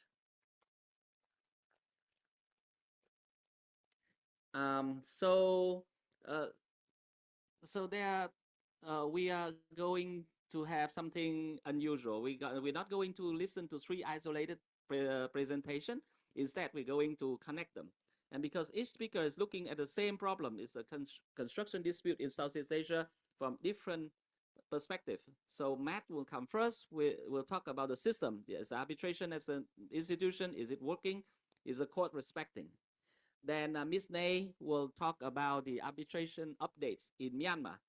We haven't heard about Myanmar for a long time, so now's the time I really look forward to listen to Ms. Nay. And then we look for the future with Anil. Anil will talk about ESG disputes. So I never heard about that. So I'm very eager to learn about ESG disputes. In traditional arbitration, structurally capable of handling disputes that involve community, regulators, and forward-looking remedies. So the tension between three perspectives is there, real values lies today. And so it's my promise to you, at the end of session, you will not just have three summaries, you will have a clear understanding what's working, what's broken, and what needs to be reinvented in construction arbitration. So let me introduce to you Matt. Thank you.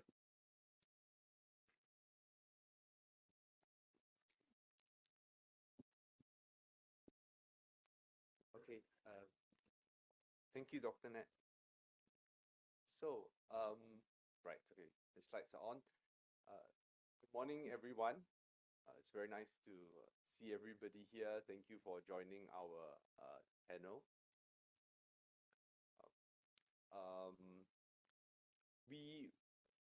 I hope that what I'm sharing today is not too sort of trite or familiar to many of you, because as Nat said, I'll be looking a bit at the current state of arbitration, a bit of what has happened in the past. I think we have some very senior lawyers here in this room, senior consultants.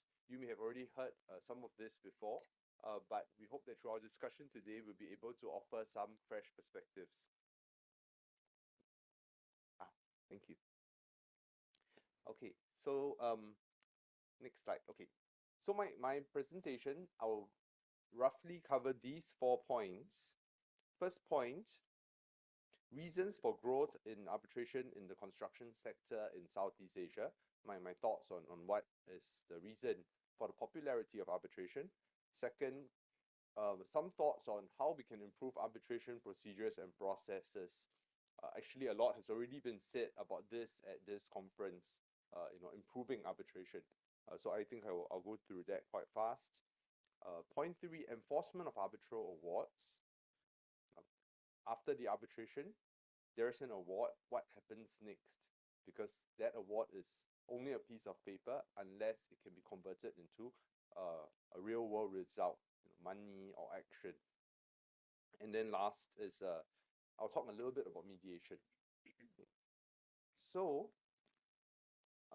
I just pulled up some statistics from the internet. This is from a study done in 2023, so it's not really updated, but it's just a flavor of the growth of the construction sector in Southeast Asia. If anything, I think these numbers will be even higher today, 3 years after this report was published. Why is construction booming in Southeast Asia? One might say it's because of Southeast Asian economies are generally growing better than many other economies in other parts of the world, developing very fast. People who have, for example, have been coming to Ho Chi Minh City over 10 or 20 years have often remarked how much the city has changed because of the economic growth here, as an example of how this industry is flourishing. Now, with the number of contracts, the number of deals and transactions being signed in the construction industry, there needs to be a way to solve problems. And we all know that arbitration has become popular popular as a mode of resolving construction disputes. I would like to offer 3 reasons for why that may be the case.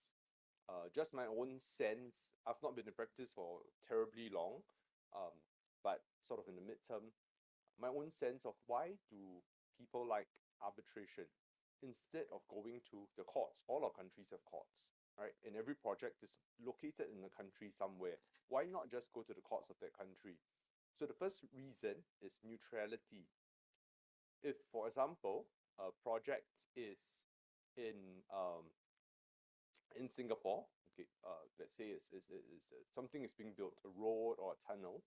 Okay, for infrastructure projects all over the world, very often the owner is state-linked. Right? It could be the government, it could be a government-owned company, right? Or a very, very significant corporation in that country, in that society. Because of that, there is always a concern from other parties involved in the project that if I go to the courts of that country, I may not get a fair hearing if I'm up against the government or a government-linked company or a very, very big business in this company, big and famous business. So arbitration offers a neutral forum. We choose, as a matter of contract, certain people, they will decide the dispute. Second point is confidentiality, because arbitration is generally confidential and very rarely do parties agree to lift confidentiality. In most of our arbitration rules, confidentiality is very explicit, and there are very extensive provisions on confidentiality. That helps because business people don't like their sort of dirty laundry to be washed in public. They don't want their competitors to know that they're having a fight, some kind of problem in their one of their projects. So confidentiality is a plus side for arbitration. And then the third point is this sense that the disputing parties can have a say in the person who will decide the dispute. Instead of having a judge that's chosen by the courts, just assigned a judge from the courts, the parties, at least in arbitration, can feel that even if they don't choose the person directly, they have some kind of influence because they can, for example, nominate candidates, or they can tell the arbitration institution, oh, ours is a construction dispute. I want a construction lawyer to be the arbitrator. Or I want a construction lawyer of at least maybe 20 years seniority. So he has a certain amount of experience to be my arbitrator. So I think that the third point is something that's not often said, but it plays in the back of the minds of parties. Okay, so improving so takes me to the next section of this presentation. So we've seen these are some reasons why maybe arbitration is popular. What can we do to improve arbitration processes and procedures? So as a common law lawyer, I am probably blind to many of the faults of the common law legal tradition, right? But many of our colleagues here, you are from different legal traditions.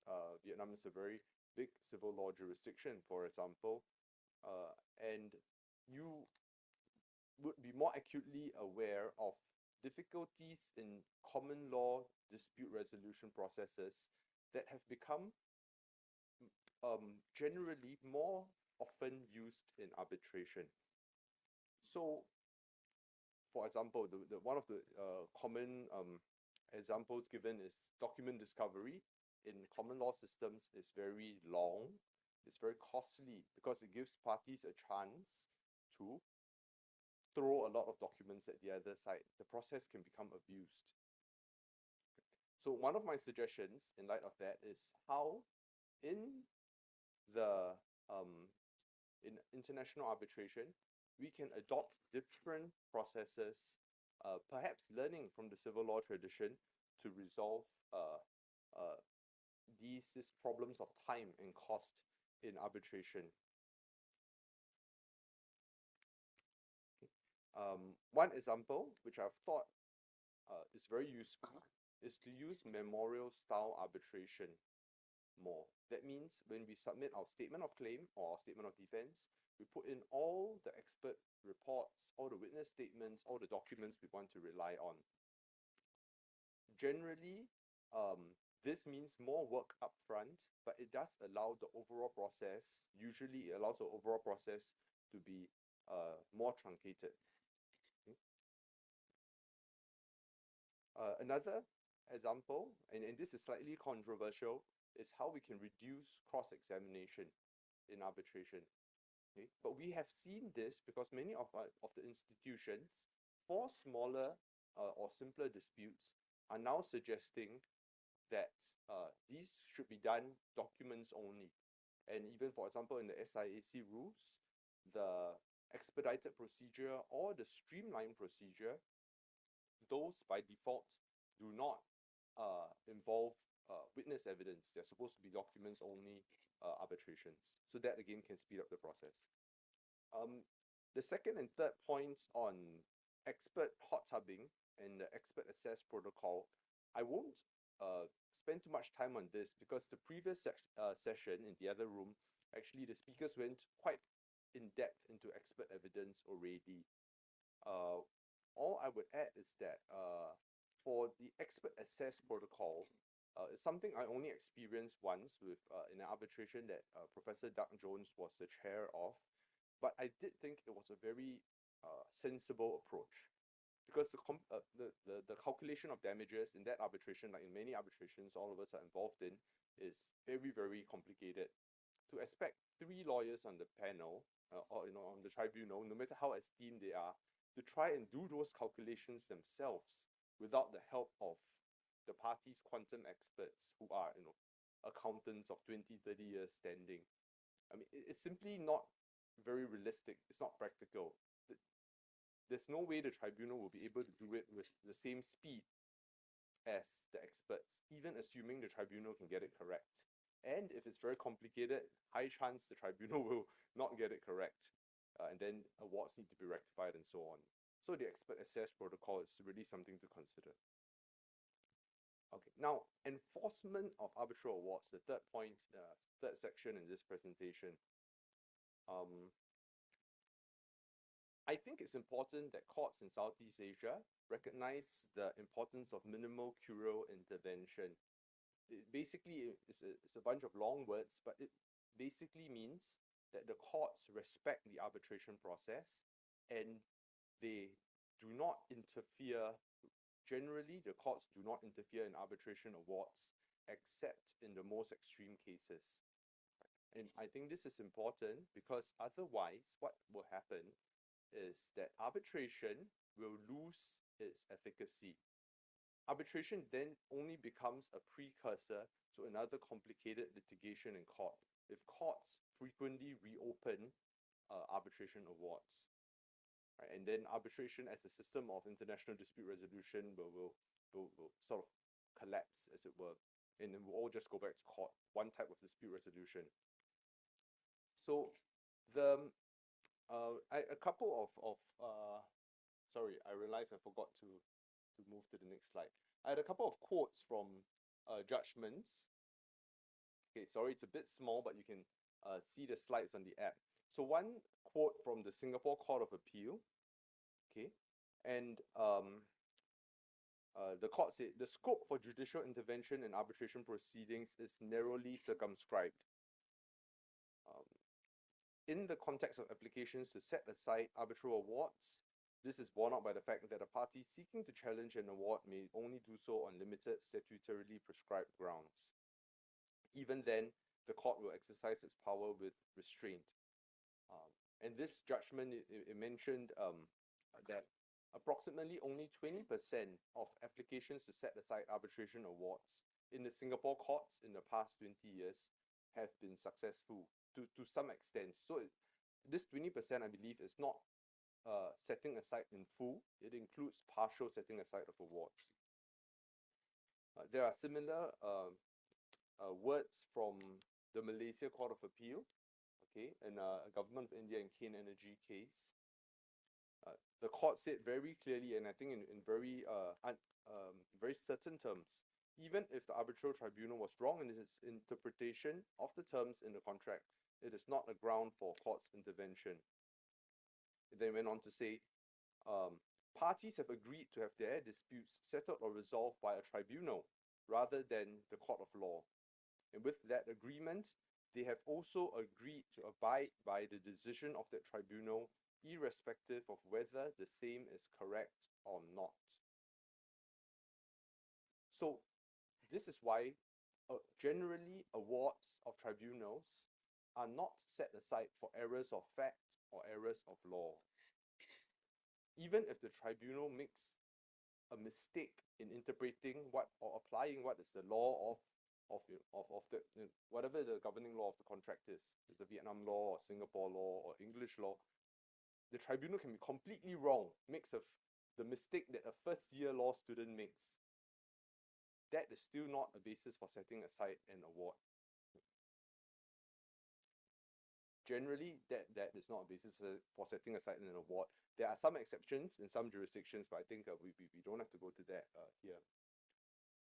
Okay, so if courts respect the outcome of arbitrations, then that, I think, helps arbitration to continue as a commercially viable way for parties to resolve their disputes. Right? But it would be naive to suppose that arbitration is the only way for us to resolve commercial disputes. Sometimes, in some cases, arbitration is a blunt tool because it results, in a way, it's a zero-sum game. And the result is either somebody wins and somebody loses, or sometimes where the tribunal decides on the matter of jurisdiction, the tribunal decides it won't hear the dispute at all. Right? So sometimes it does not really achieve what is best in a commercial context, which may be to preserve a relationship, to keep a project going, right? To leave parties sufficient room, sufficient mutual respect to continue with their business relationship. And so that's where mediated settlements can come in. Mediation comes in as an alternative way to resolve commercial disputes. In arbitration, parties have a result forced, so to speak, upon them by a third party, the tribunal. In mediation, the outcome is agreed. So presumably, both parties, assuming there are just two parties, both parties to a mediation, to a settlement agreement, can live with the result. Right? They may not be absolutely happy, but at least they are satisfied in to some extent, which is why they signed the settlement agreement. And that, I think, makes all the difference between a mediated settlement and an arbitrated result, which is that in mediation, the outcome is something the parties have chosen and parties retain full control over. Right? None of us will have control over the outcome of arbitrations that we are in the sense that the tribunal is an independent decision maker. But mediation, it is not only faster, but it has that quality of being an agreed result. So a couple of conclusions. I think arbitration needs to continue to match the expectations and meet the needs of commercial parties. If arbitration is disconnected from commercial desires, then it loses relevance. So that harks back to the point I mentioned earlier about ensuring arbitration remains cost efficient, time efficient. Okay. And that's also the second point. As all stakeholders in arbitration, as counsel, tribunal members, we need to do our best to keep arbitration efficient and not use arbitration just as a means of earning money, even though we're all in this profession together. Third is that our courts must respect parties' choice to arbitrate and minimize curial intervention. For the reasons I've already mentioned, that if this is not done, then arbitration will not be sustainable as a mode of dispute resolution. And lastly, I think mediation in general, and including the up-met-up type of dispute resolution, is likely to grow in importance, especially here in Asia, where I think mediation is a bit more natural to many commercial parties. When a problem arises, parties often say, let's try and talk it out first. And that is actually what the mediation essentially aims to achieve. It lets people talk. albeit in a controlled, slightly controlled environment with some rules and so on. But it allows people to talk, and hopefully they can reach a result through that discussion process. So I think mediation will only become more relevant and more used here in Southeast Asia. Okay, so those are my very quick points. I'll just hand over back to Dr. Nick. Thank you. Oh, thank you very much, Matt. It's very reassuring, and you told us that the arbitration, and from perspective of Singapore, is the most advanced arbitration institution, where everything is well established, but still need to be reformed. And you say that, of course, Singapore is very pro-arbitration country, regardless, but there's still like 20% of the application to set aside successful.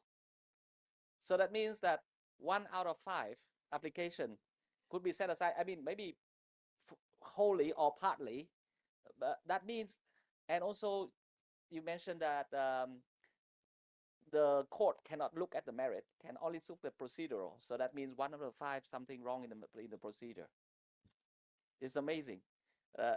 So that's the viewpoint. And then you say you give us a perspective that we as common law lawyers or institutions should look at civil law countries to see how they work, and they maybe, at least in the construction arbitration, adopt the memorial style, and because it's more useful. Otherwise, you just have a pleading and then to submit a lot of evidence, and people don't know what to do with those evidence because the pleading is already bad and it's inconsistent with the evidence, or you have new expert or expert evidence that is a little bit different from what is pleaded.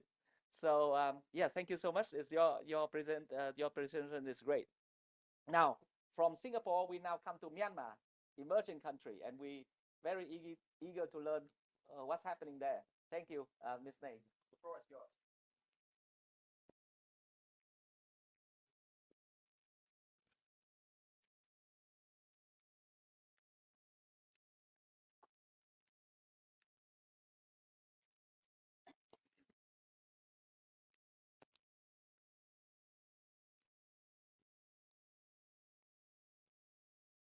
Good morning, everyone.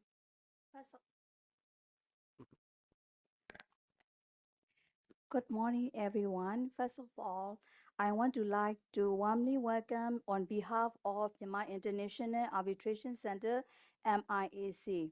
My name is Neji Lin. Currently, I am practicing as a lawyer, handling both criminal and civil cases. I am also an advocate of the Myanmar Union Supreme Court. In addition to my legal practice, I serve as an arbitrator and mediator at MIAC. Furthermore, I am a member of the Executive Committee in the International Relations Division of MIAC. Next.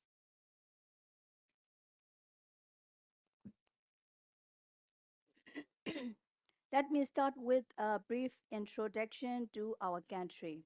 Myanmar is a member of ASEAN, and the full official name is the Republic of the Union of Myanmar. Myanmar shares borders with Thailand, Laos, China, India, and Bangladesh. Total land area is more than 670,000 square kilometers, and total population is more than 50 million according to 2024 census. Please, next. Thank you. I will be focusing on construction dispute, particularly in the context of Myanmar. I divide mainly into 3 parts. First, the legal framework. Second, the Myanmar perspective, then our institutional development.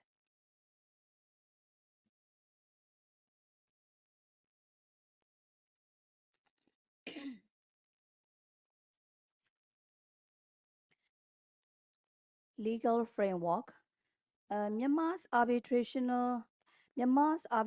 law, effective 5 January 2016, replaced the 1944 Arbitration Act and aligns closely with the ancestral model law. I had to explain the key features. Partly autonomy. Parties choose number of arbitrators, set procedure rules and governing law. Arbitral tribunal. Courts may appoint arbitrators where parties fail to agree. Challenge grounds mirror the model law. Court support. Courts may grant interim measures. Emergency arbitration is recognized. Limited judicial intervention. Courts intervene only as expressly permitted by law. Recognition and enforcement. Domestic and international awards are enforceable consistent with the New York Convention. Setting aside grounds. Incapacity, invalid agreement, lack of notice, excess of jurisdiction, non-arbitrability, and public policy violations.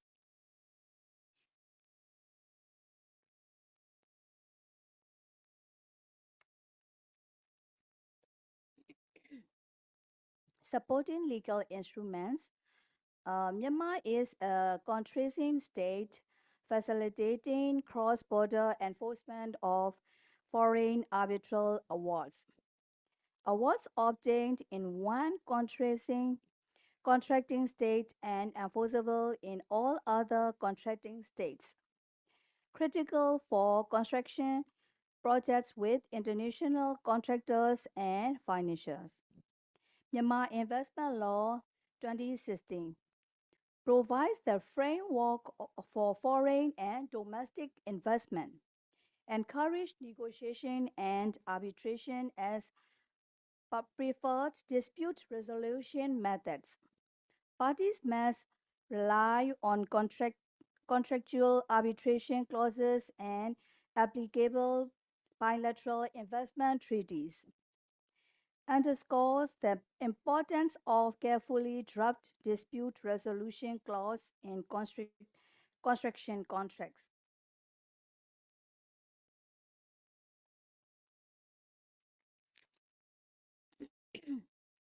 As the second part, Myanmar perspective. Myanmar's construction sector is growing fast. With more projects come more disputes. Construction disputes are among the most frequently arbitrated disputes in Myanmar's growing infrastructure sector. Having the right dispute resolution process in place is now more important than ever. What contract parties should know? Step-by-step dispute resolution. Where construction contracts include multi-tier dispute resolution causes, Myanmar's arbitration law 2016 recognize and enforce those steps, requiring negotiation and mediation before arbitration can commence. These steps must be clearly written into the contract. Follow the contract process first. Parties are contractually bound to complete all agreed dispute resolution steps before proceeding to arbitration. Failure to do may affect the validity or timing of arbitration proceeding. Use of FIDIC contracts and DAABs. Many Myanmar infrastructure projects use FIDIC contracts. Under FIDIC 2017, parties are encouraged to set up a dispute avoidance and adjudication board, a small standing panel that helps resolve issues on the spot before they become full disputes. Institutional options. Parties may choose between MIAC, SIAC, or other international center for construction disputes.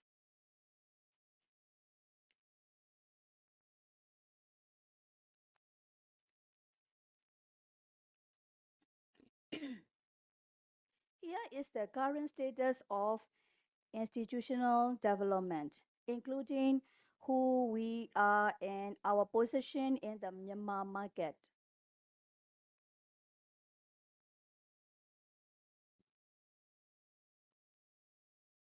This is our MIAC motto.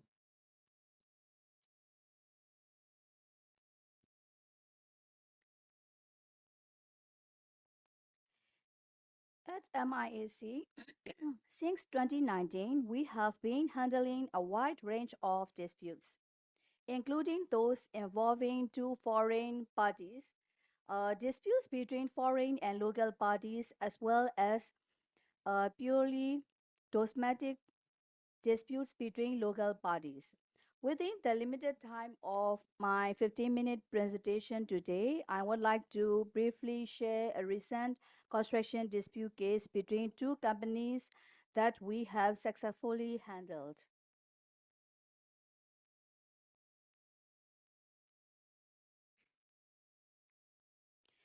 In many local contracts, arbitration and dispute resolution mechanisms are not properly incorporated due to a lack of awareness. In Myanmar, culturally, there is still a strong tendency to rely on court proceedings as the primary method of dispute resolution. Even when ADR mechanisms are included, they are often not comprehensively drafted. However, in the previous case I mentioned earlier slide, because the ADR process was clearly and thoroughly included, the parties were able to reach a settlement efficiently and save both time and cost through arbitration. This highlights the true value of arbitration. That said, in terms of practical challenges, ADR provisions in local agreements remained relatively under development even at present.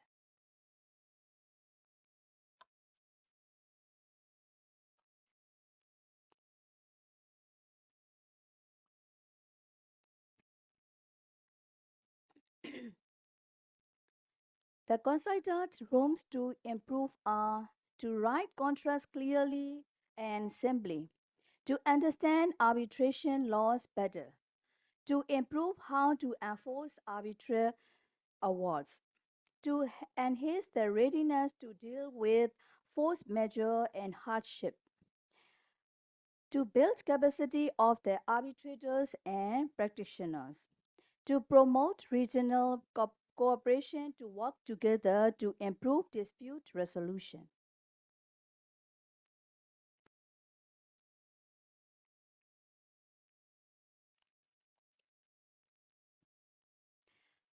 Before I conclude my presentation, my sincerely thanks go to our Myanmar team for this presentation. We would like to warmly welcome you to visit us to explore opportunity and experience. We are looking forward to build strong and mutually partnerships.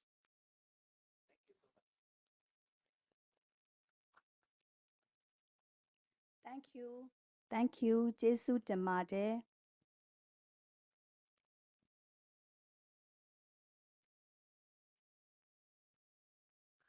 Thank you very much, Ms. Nay. I think the presentation of Ms. Nay is excellent. Put it in the center. This link with Matt is also linked with Anil. So when Ms. Nay said that there is a multi-tier arbitration clause, I mean dispute clause, I could imagine that if you draft a clause saying that party have to do the applicable settlement under 20.5 FIDIC, for example, and you miss the point about 56 days, and then you bring the case to arbitration, the case may be in the end maybe set aside because the losing party say, hang on, we haven't finished the amicable settlement, and you bring it to the arbitration. So maybe like that. And also there is enforcement, and you say that Myanmar is still gaining the experience on enforcement of arbitration award. So now it comes to the limbo situation. You bring the case to MIAC, and maybe your arbitration clause may be subject to tricky interpretation.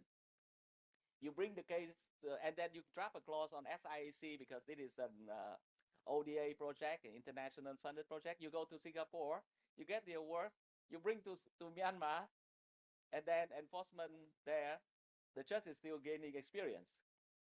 So that is a very contentious point that I think we really want to cooperate with Myanmar and so bring the arbitration come to better point. And it's linked to the setting aside issue that Matt just mentioned between two countries. And then you mentioned in your improvement, you mentioning that you have to pay attention to force majeure and hardship. Precisely that is what Anil, I think, will talk about. It's about ESG arbitration. So now the floor is yours, Anil. Thank you.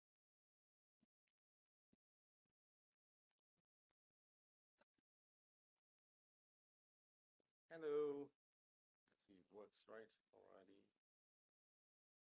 Okay, I think first thing I must say is that it's good to be back home.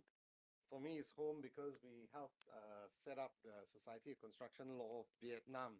I think it's been 6 years now. I think about 6 years. It was quite a bit of an exercise, and especially getting their government approval.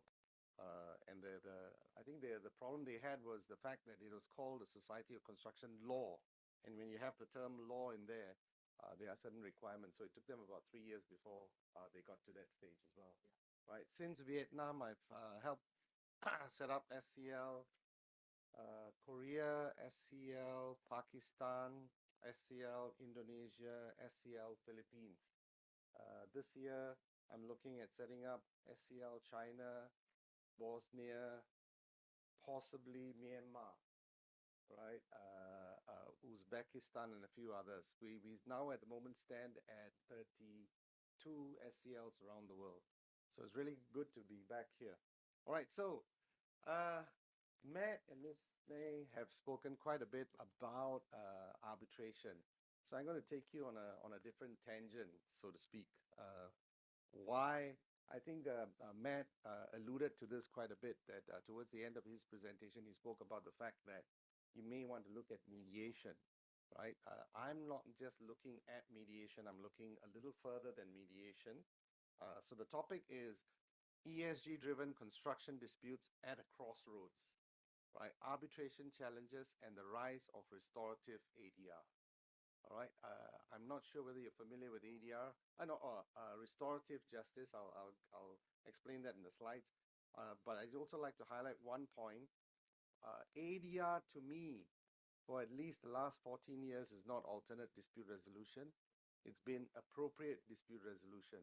And I say that because we are way beyond the point of time when we had an alternate to litigation or an alternate to arbitration, right? It is far more a case of what is most appropriate. And when you talk about what's most appropriate, you have things like mediation, you have dispute boards, you have adjudication, you have neutral evaluation, expert determination. All of these are perfectly sound and viable, appropriate dispute resolutions as opposed to just being alternate, right? So if you take a look at construction risk, right, you know, there is an ongoing multiple stakeholders involved. So when you talk about ESG, which I'll explain in a bit, right, it's not just isolated to two parties. It might have an effect on the environment. It might have an effect on the community. It might have an effect on various stakeholders. So how do you deal with all of that? If you go down the path of arbitration, you might find it very difficult to manage all of those issues. Right, so the traditional framework was conventional arbitration framework. I think it's no longer sufficient in the current environment. And this thing of what I call restorative ADR requirement is basically trying to put the situation or the environment that you've caused back to the way it used to be instead of when you came on board and caused a problem. Now, just a quick point on that restorative justice. I've been trained in restorative justice, but from the angle of criminal practice. All right, and it was about 5 months ago that someone then asked me, surely restorative justice can be applied to construction disputes. And I got me thinking on a path. I have a paper that's going to be published in the Commonwealth Lawyers Association's new newsletter, right? So that should be coming out in a month or so, and I allude to this approach which I'm going to be discussing. All right. Now, if you take a step back, those of you who are not familiar with E, S, and G, it's environmental, social, and governance. The environmental aspects, you have climate change, emissions, resource efficiency, biodiversity. Social, you have labor standards, community impact, human rights, stakeholder engagement. And governance, you have corporate governance, transparency, compliance, and ethical conduct. Now, 3 years ago, I set up the Law Society's working group on ESG. And a lot of my friends in practice looked at me and said, have you gone down a different path? Have you gone down a new path? Then I turned to them and I said, are you a corporate lawyer or a dispute lawyer? Then one of them said he was a corporate lawyer. I said, do you deal with governance issues about shareholder issues and entering into agreements and governance of a company? He said, yeah. I said, well, that's the governance part of ESG, right? And then dispute lawyers came up to me and asked me the same thing as well. And I said, do you deal with employer-employee disputes? Do you deal with contractor-subcontractor disputes? Or do you draft agreements and so on and so forth? They said, yes. I said, that comes under social. I said, do you deal with drafting an agreement in a construction company that has issues about whether or not the equipment they use and all material that they purchase are all sustainable? Right? That drafting from a corporate lawyer's point of view comes under E, environmental. And do you have fallouts where there were misrepresentations made about the product that you use and there's a breach and then parties are going up against each other? I said, that's environment as well. So in essence, all of our legal practice can fall within this umbrella of E, S, and G, right? So it's not something not reinventing the wheels, it's just putting it into a bigger framework. And the way I see the future is that junior lawyers are going to come into practice. They're no longer going to say they want to be dispute lawyers or corporate lawyers. They're going to actually say they just want to be ESG lawyers because it encompasses all of these areas. So the simple way of describing ES and G is that's what it is. All right. Now, if you look in the construction industry, you have issues like financing, regulatory approval, contractual performance, stakeholder engagements, and all of that. And in Vietnam, there's also a strengthening environment for regulations, which I'll highlight in a minute. International project financing, alignment to global sustainability standards. So these are increasingly things that you're going to start seeing in construction projects, right? And when there is a problem with that or a fallout, how do you then deal with it? Can you go down the traditional path of arbitration? And if you go down the path of arbitration, you've got a third party making a decision. Our party is going to be comfortable with that at the end of the day, all right? So the rise of ESG disputes, increasingly in scale and complexity, particularly in the infrastructure and energy sector. So I'll highlight 1 or 2 points about the energy sector. They involve both public and private actors and rapidly becoming central to international arbitration practice as well. All right, so you start to see quite a bit of that. So that's why I'm saying we describe ESG, and I'm telling you now how ESG disputes are going to start, taking front. Now, the traditional disputes historically arose out of a breach of a project completion and defined endpoint and delays and so on and so forth. But with ESG, you find that some of the issues that crop up can be while the project is going to go on as well. All right, and then you have to consider not just punishing the party, but how do you then solve the problem and get it back to a state that is accommodating to the whole project process, to the people around and so on. Okay. Now, So what it says is ESG disputes are not simply more complex, they are structurally different in nature, requiring different processes and outcomes. Traditional arbitration may not be aligned to that. All right.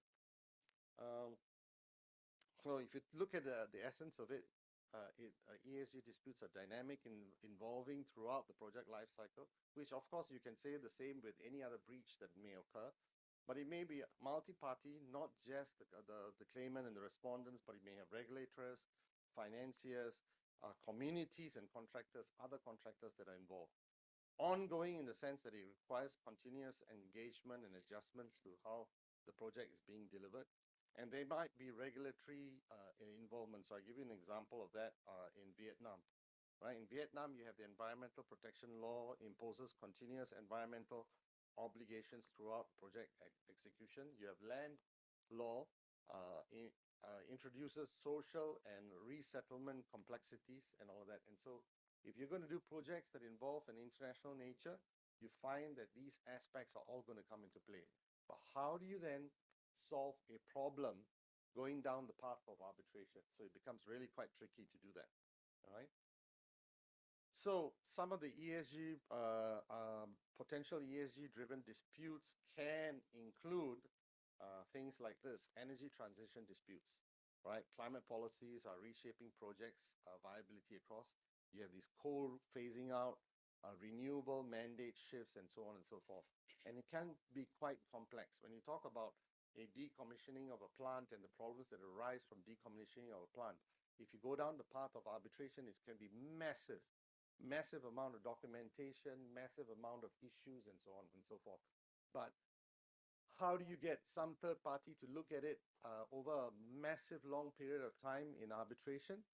Or do you go down the path of what Matt had suggested towards the end? Why don't we look at mediation?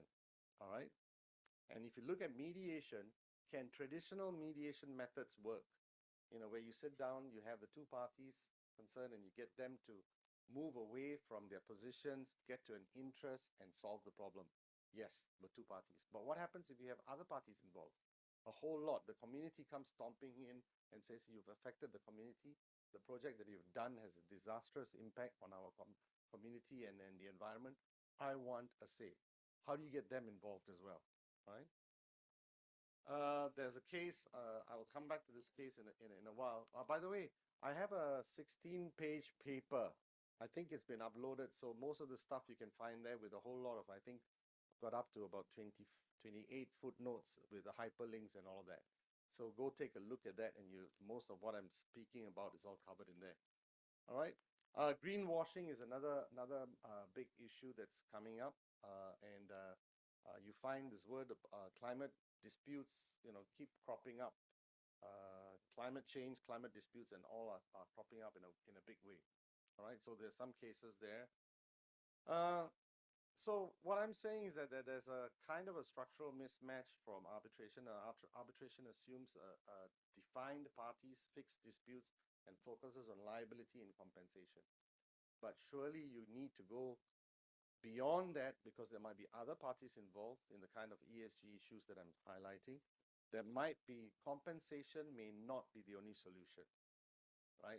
What if you can, keep the compensation amount smaller, but yet get the fault-causing party to come back and try and restore the problems that they have caused, right? It might be far more effective, because if you compensate one party in an arbitration, it's only a monetary reward. But what happens to the problems that you've caused in the environment, in the community, and so on, right?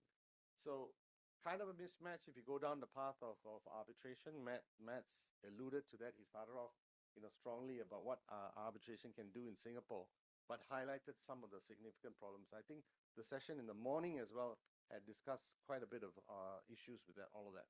Okay. So if you look at the emerging ESG climate arbitration issues, you have this case where the matter was discontinued because it did involve certain critical aspects. And then you have this energy charter treaty reforms and withdrawals.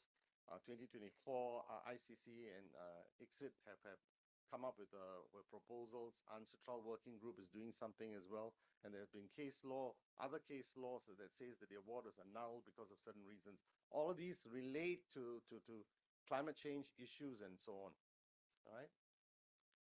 So when you talk about the challenges in arbitration, you have this jurisdictional fragmentation, non-signatories, how do you get them involved? You have evidentiary complexities because some of the issues that may arise might be scientific evidence, might be issues and evidence from third parties and so on. Confidentiality and transparency, public access, because public may be called, some problems may have caused the public as well. Interim relief, urgency, non-monetary remedies, right? Obligations to the community, obligations to the industry, and so on and so forth. So these are things that cannot be solved through arbitration alone. So what am I suggesting? Restorative ADR approach. Restorative ADR focuses on accountability, dialogue, and harm repair. So compensation is not harm repair. Right? How do you go down the path of harm repair? Prioritizes future compliance over retrospective blame, includes all relevant stakeholders, and seeks a sustainable, forward-looking outcome, right? And that's what ESG issues can cause, right? So why restorative justice? Because it's broader participation, adaptive, forward-looking, and it's intervention at the right time, the right place, and in the right group of people, right? And cultural alignment to Asia. Again, Matt, I think, highlighted the fact that Asia and mediation is part of our culture. So I think around the world as well, South American countries and all that have got, cultural nuances that are very particular to them. And so this thing about mediation, going down the path of mediation can work. Those of you who are not very familiar with mediation or don't practice it too much. I mean, I think about 10, 12 years ago when I first spoke about mediation in Malaysia, they said, how can you talk about that? Where's our money going to come from, right? In India, they've repeatedly said, no way, that's not going to work. It affects our industry and our practice and our business. But yet, if you look back at the tradition and culture, historical background, you find that all these cultures are based on mediation, right? They've got, India is, I think they call it panchayat, and China, I think Confucianism is one example. All over the world, they have that, right? So it's just about going back to the core of what we have. And restorative justice, I'm saying that falls into this category as well, all right? Now, restorative mediation in ESG issues, you can have environmental remediation, governance reform, stakeholder alignment, and so on and so forth. You can have all of that, right? In this session, I'm not going to be talking about how you actually put that into practice. That's something that I'm developing over time as well. All right, now, so you have this thing about arbitrational structural limitations. You have restorative justice that is a necessary evolution. And I'm saying that you can integrate all of this, all right? And the last 2 points, I think. If you go down, you're talking about prevention, facilitative, and a determination that solves all of the problems, but with the input of the parties at the end of the day. All right. Key takeaways: ESG is legal risk. Disputes are structurally different from mainstream disputes. Arbitration alone may be insufficient, and this idea of a restorative ADR approach is what I'm saying the future we should be looking at. Right. Thank you.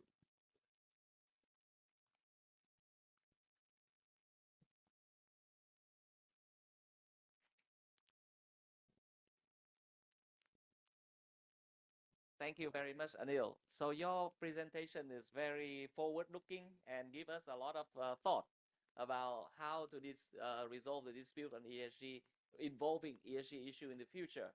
Now, sometimes you may think that, well, ESG is nothing to do with me, but to me, I think ESG is precisely dealing with delay and disruption because of, let's say you do the construction, the TBM is drilling, and then you have the mud blowout and the people are screaming and demonstrating, asking the TBM to stop.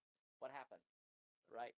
Or you you try to do the construction of the high-rise building, and then you say, oh, and the people say the high-rise building is covering the pagoda, which is a national treasure.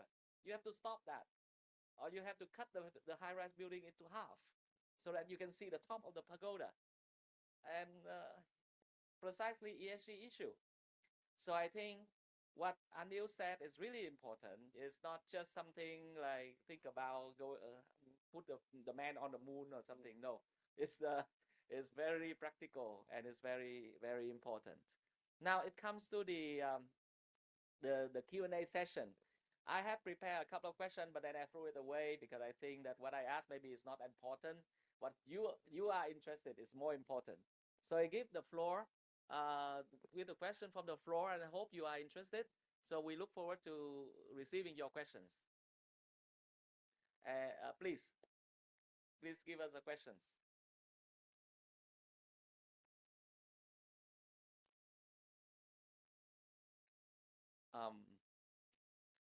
Yeah.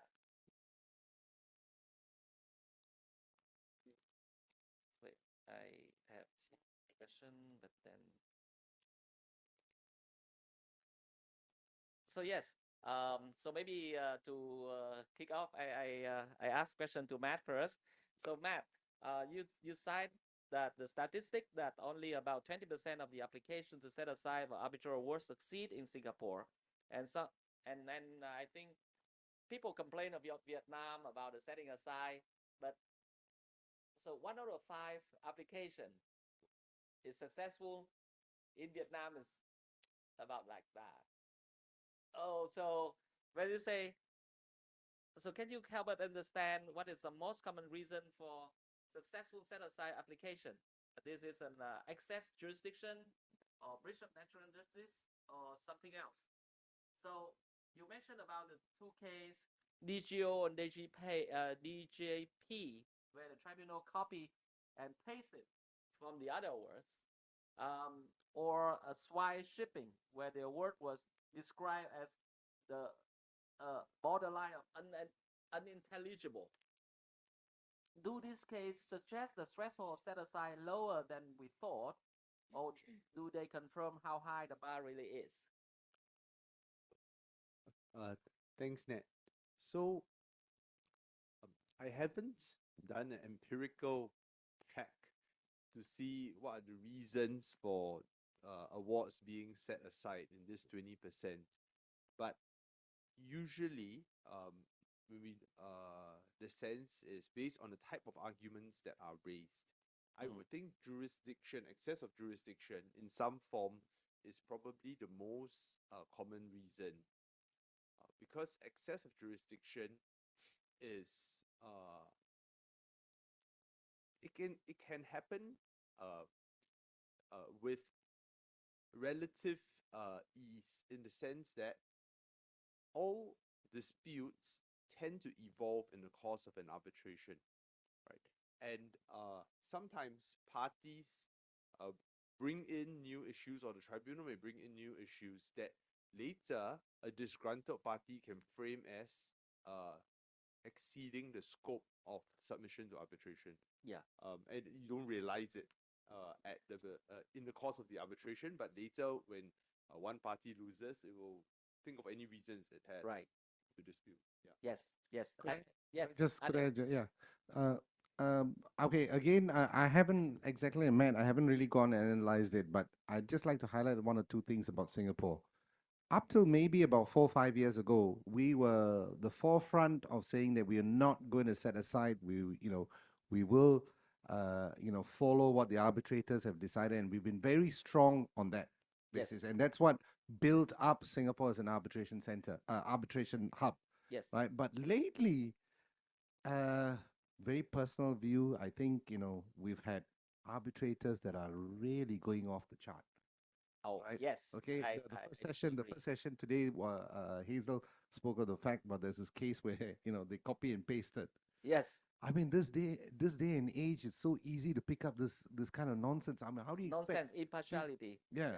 Right. So, it's no longer, for up to about 5 years ago, you used to have every other jurisdiction, they'll fight on public policy Yeah. defenses, Right. right? Yeah. But Singapore was very steadfast on only in very exceptional situations Which would you natural justice. yeah, that Yeah. you'd set aside on a public policy issue, Right. right? But now we've changed. Now on public policy, I'd just like to highlight 2009. I wrote a paper that was published in the Asian Journal of Arbitration, I think 2009. And I alluded to the fact that when you talk about public policy defense, because international arbitration is so clear, it's set up in a clear framework, you've got procedures and you've got everything else.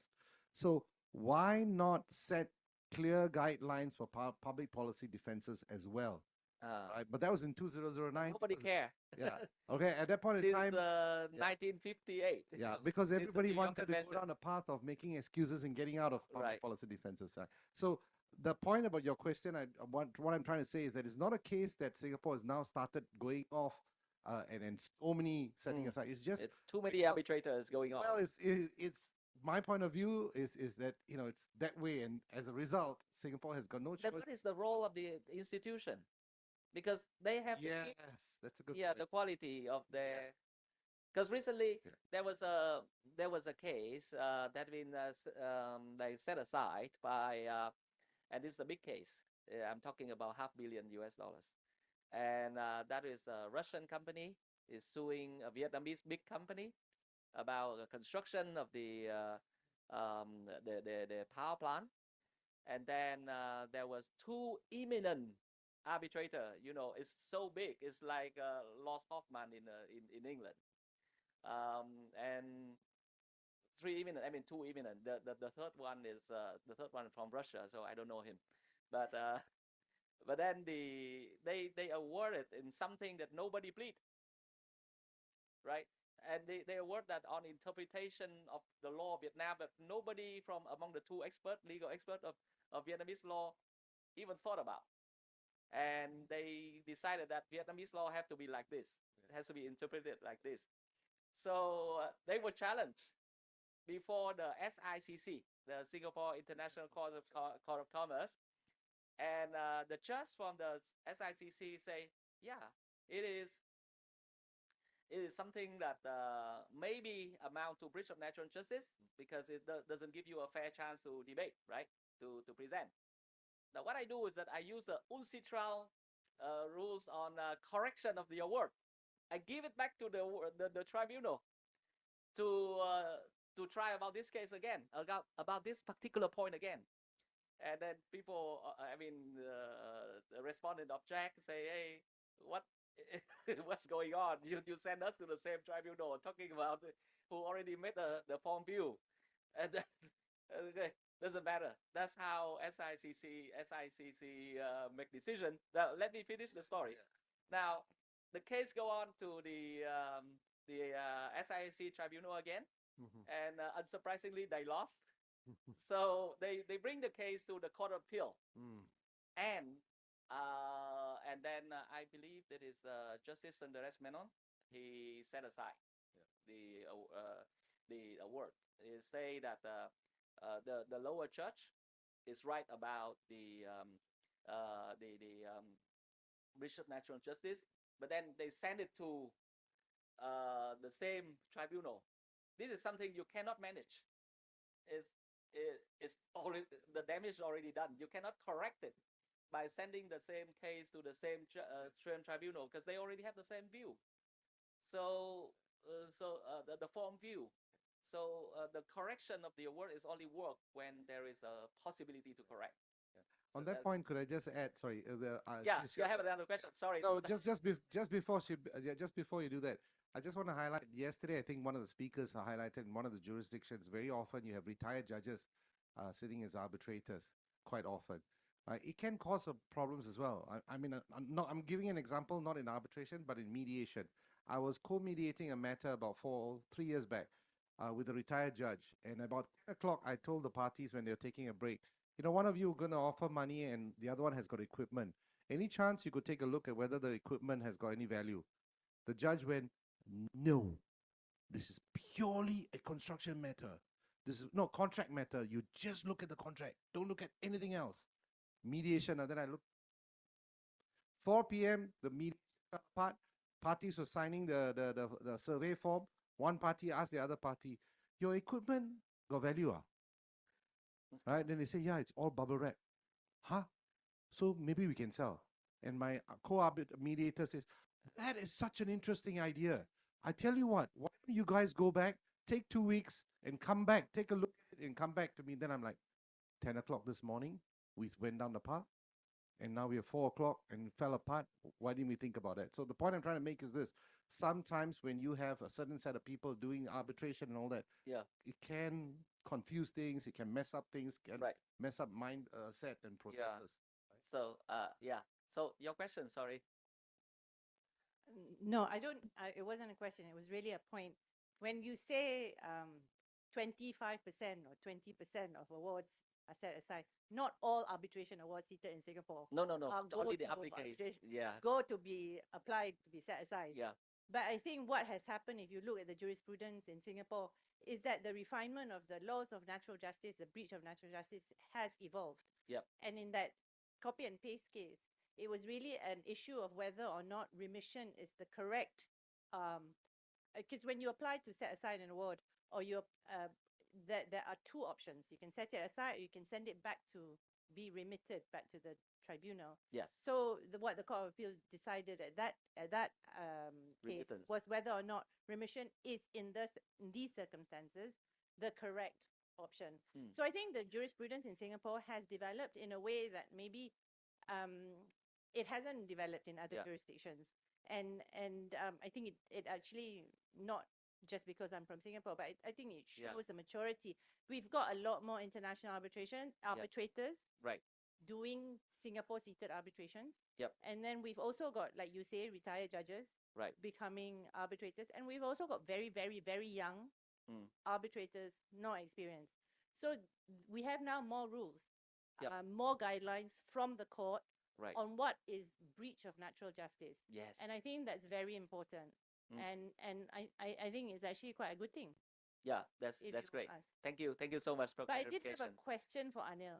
When we talk about restorative justice and restorative ADR in like a big project, like a big hydro power plant project, which will involve maybe local communities, indigenous communities, different NGOs, stakeholders, how do we provide for that at the outset of the project, right? When we are negotiating, when sponsors, financiers, etc.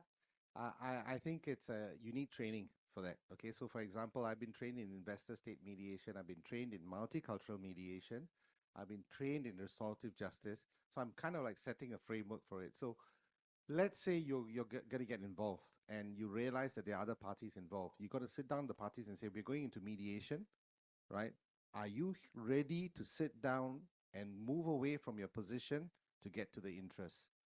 If you got that buy-in, then you say, when you talk about interest, I've got A, B, C, D involved. Are you willing to have them sit in for this mediation? Right? Sorry, but does that happen after the dispute has arisen? I'm thinking of like when we are at the stage of entering into the contract. Like I'm a sponsor. I'm about to invest billions of dollars into a hydro that will involve local communities, indigenous communities. How do I provide for the possibility fair enough of biodiversity litigation? Which is a good point, because then if major companies that used to just snowball and roll bulldoze into communities and get their projects done, because of EAG's disputes, they are starting to realize that they can have an impact and an effect. So when they're negotiating, they want to showcase to the government, say for example, that we really mean well. Would you want to bring your community in for our discussion? Not necessarily to become parties to the contract, but to look at their interests and see whether we as a party into the contract can factor those things in. Right? So it's a question of negotiations. Yeah. Right? How do you want to negotiate? I think maybe in a way like if you have the employer, the contractor, they have the dispute, but then the project is funded by a green bond or the banks and the government, they want to get involved into ESG issue.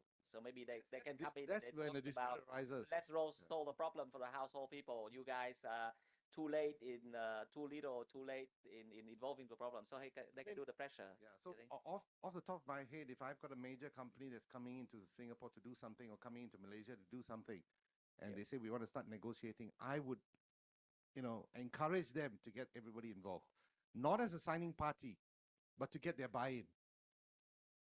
Right. I guess policy decision from government to make this. Yeah. So when you talk about policy, and when you talk about policy decisions, so Singapore, for example, the big word now, climate adaptation 2026. So Indrani Raja, the minister, is going to do a whole lot of things. She started making announcements. What exactly the framework is, I don't know, but they're talking about climate adaptation 2026 and moving forward. So I don't know whether it's a matter of getting stakeholders all involved or not. So I think they are looking at that. Right. The details. Yes, sir. Just sorry. Yes, your questions. How much time do we have, Mr. Trung?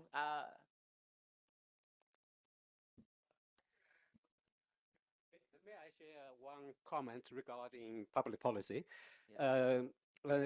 So public policy, actually, no nation can give a list of public policy, and they will not do that.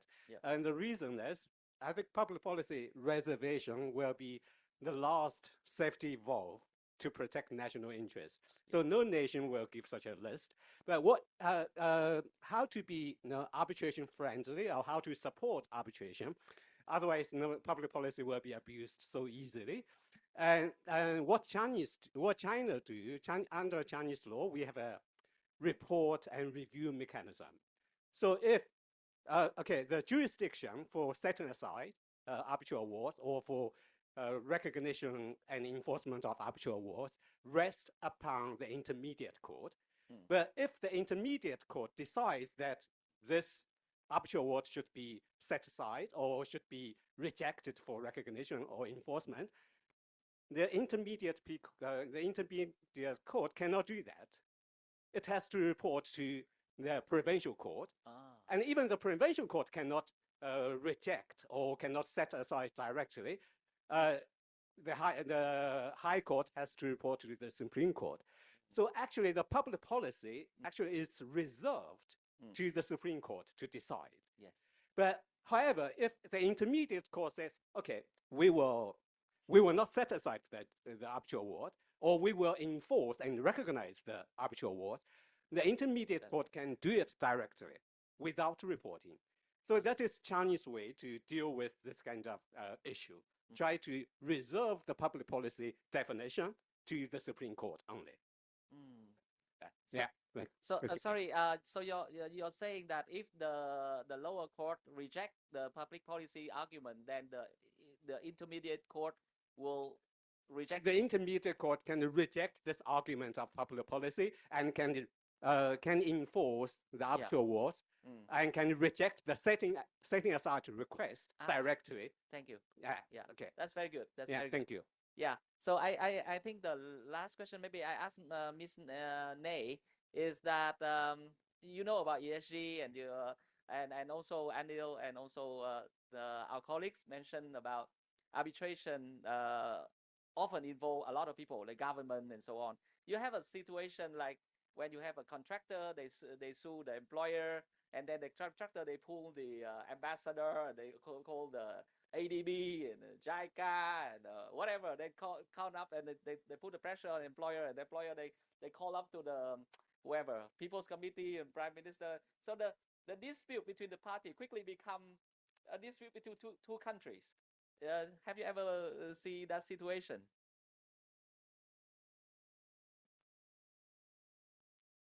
In Myanmar?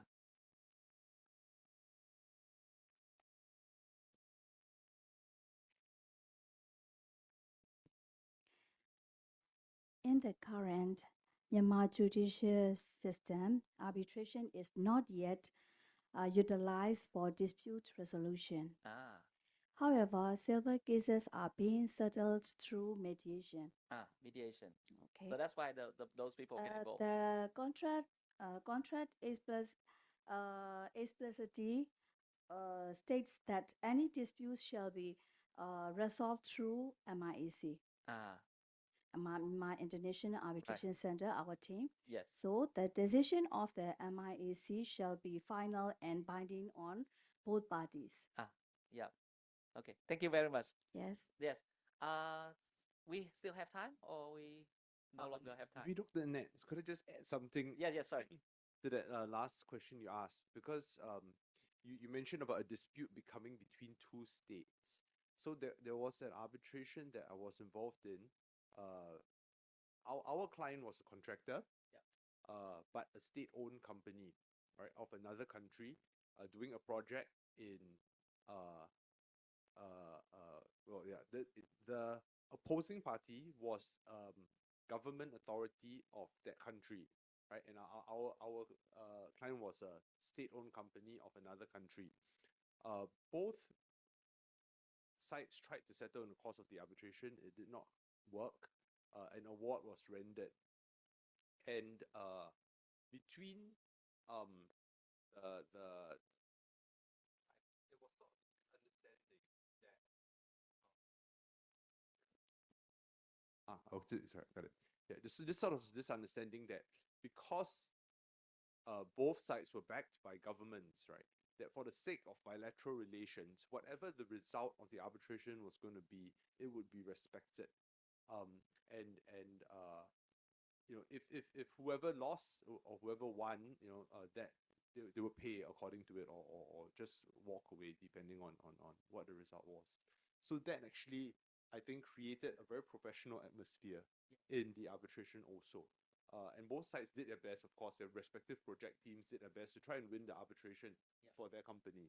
But knowing that, you know, ultimately they would not let just that arbitration become a bilateral issue between two countries. Right. I think we are about done.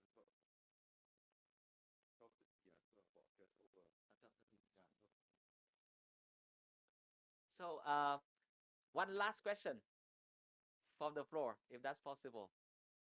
Otherwise, it remains for me to thank the speakers and also the audience for an excellent presentation. Thank you very much.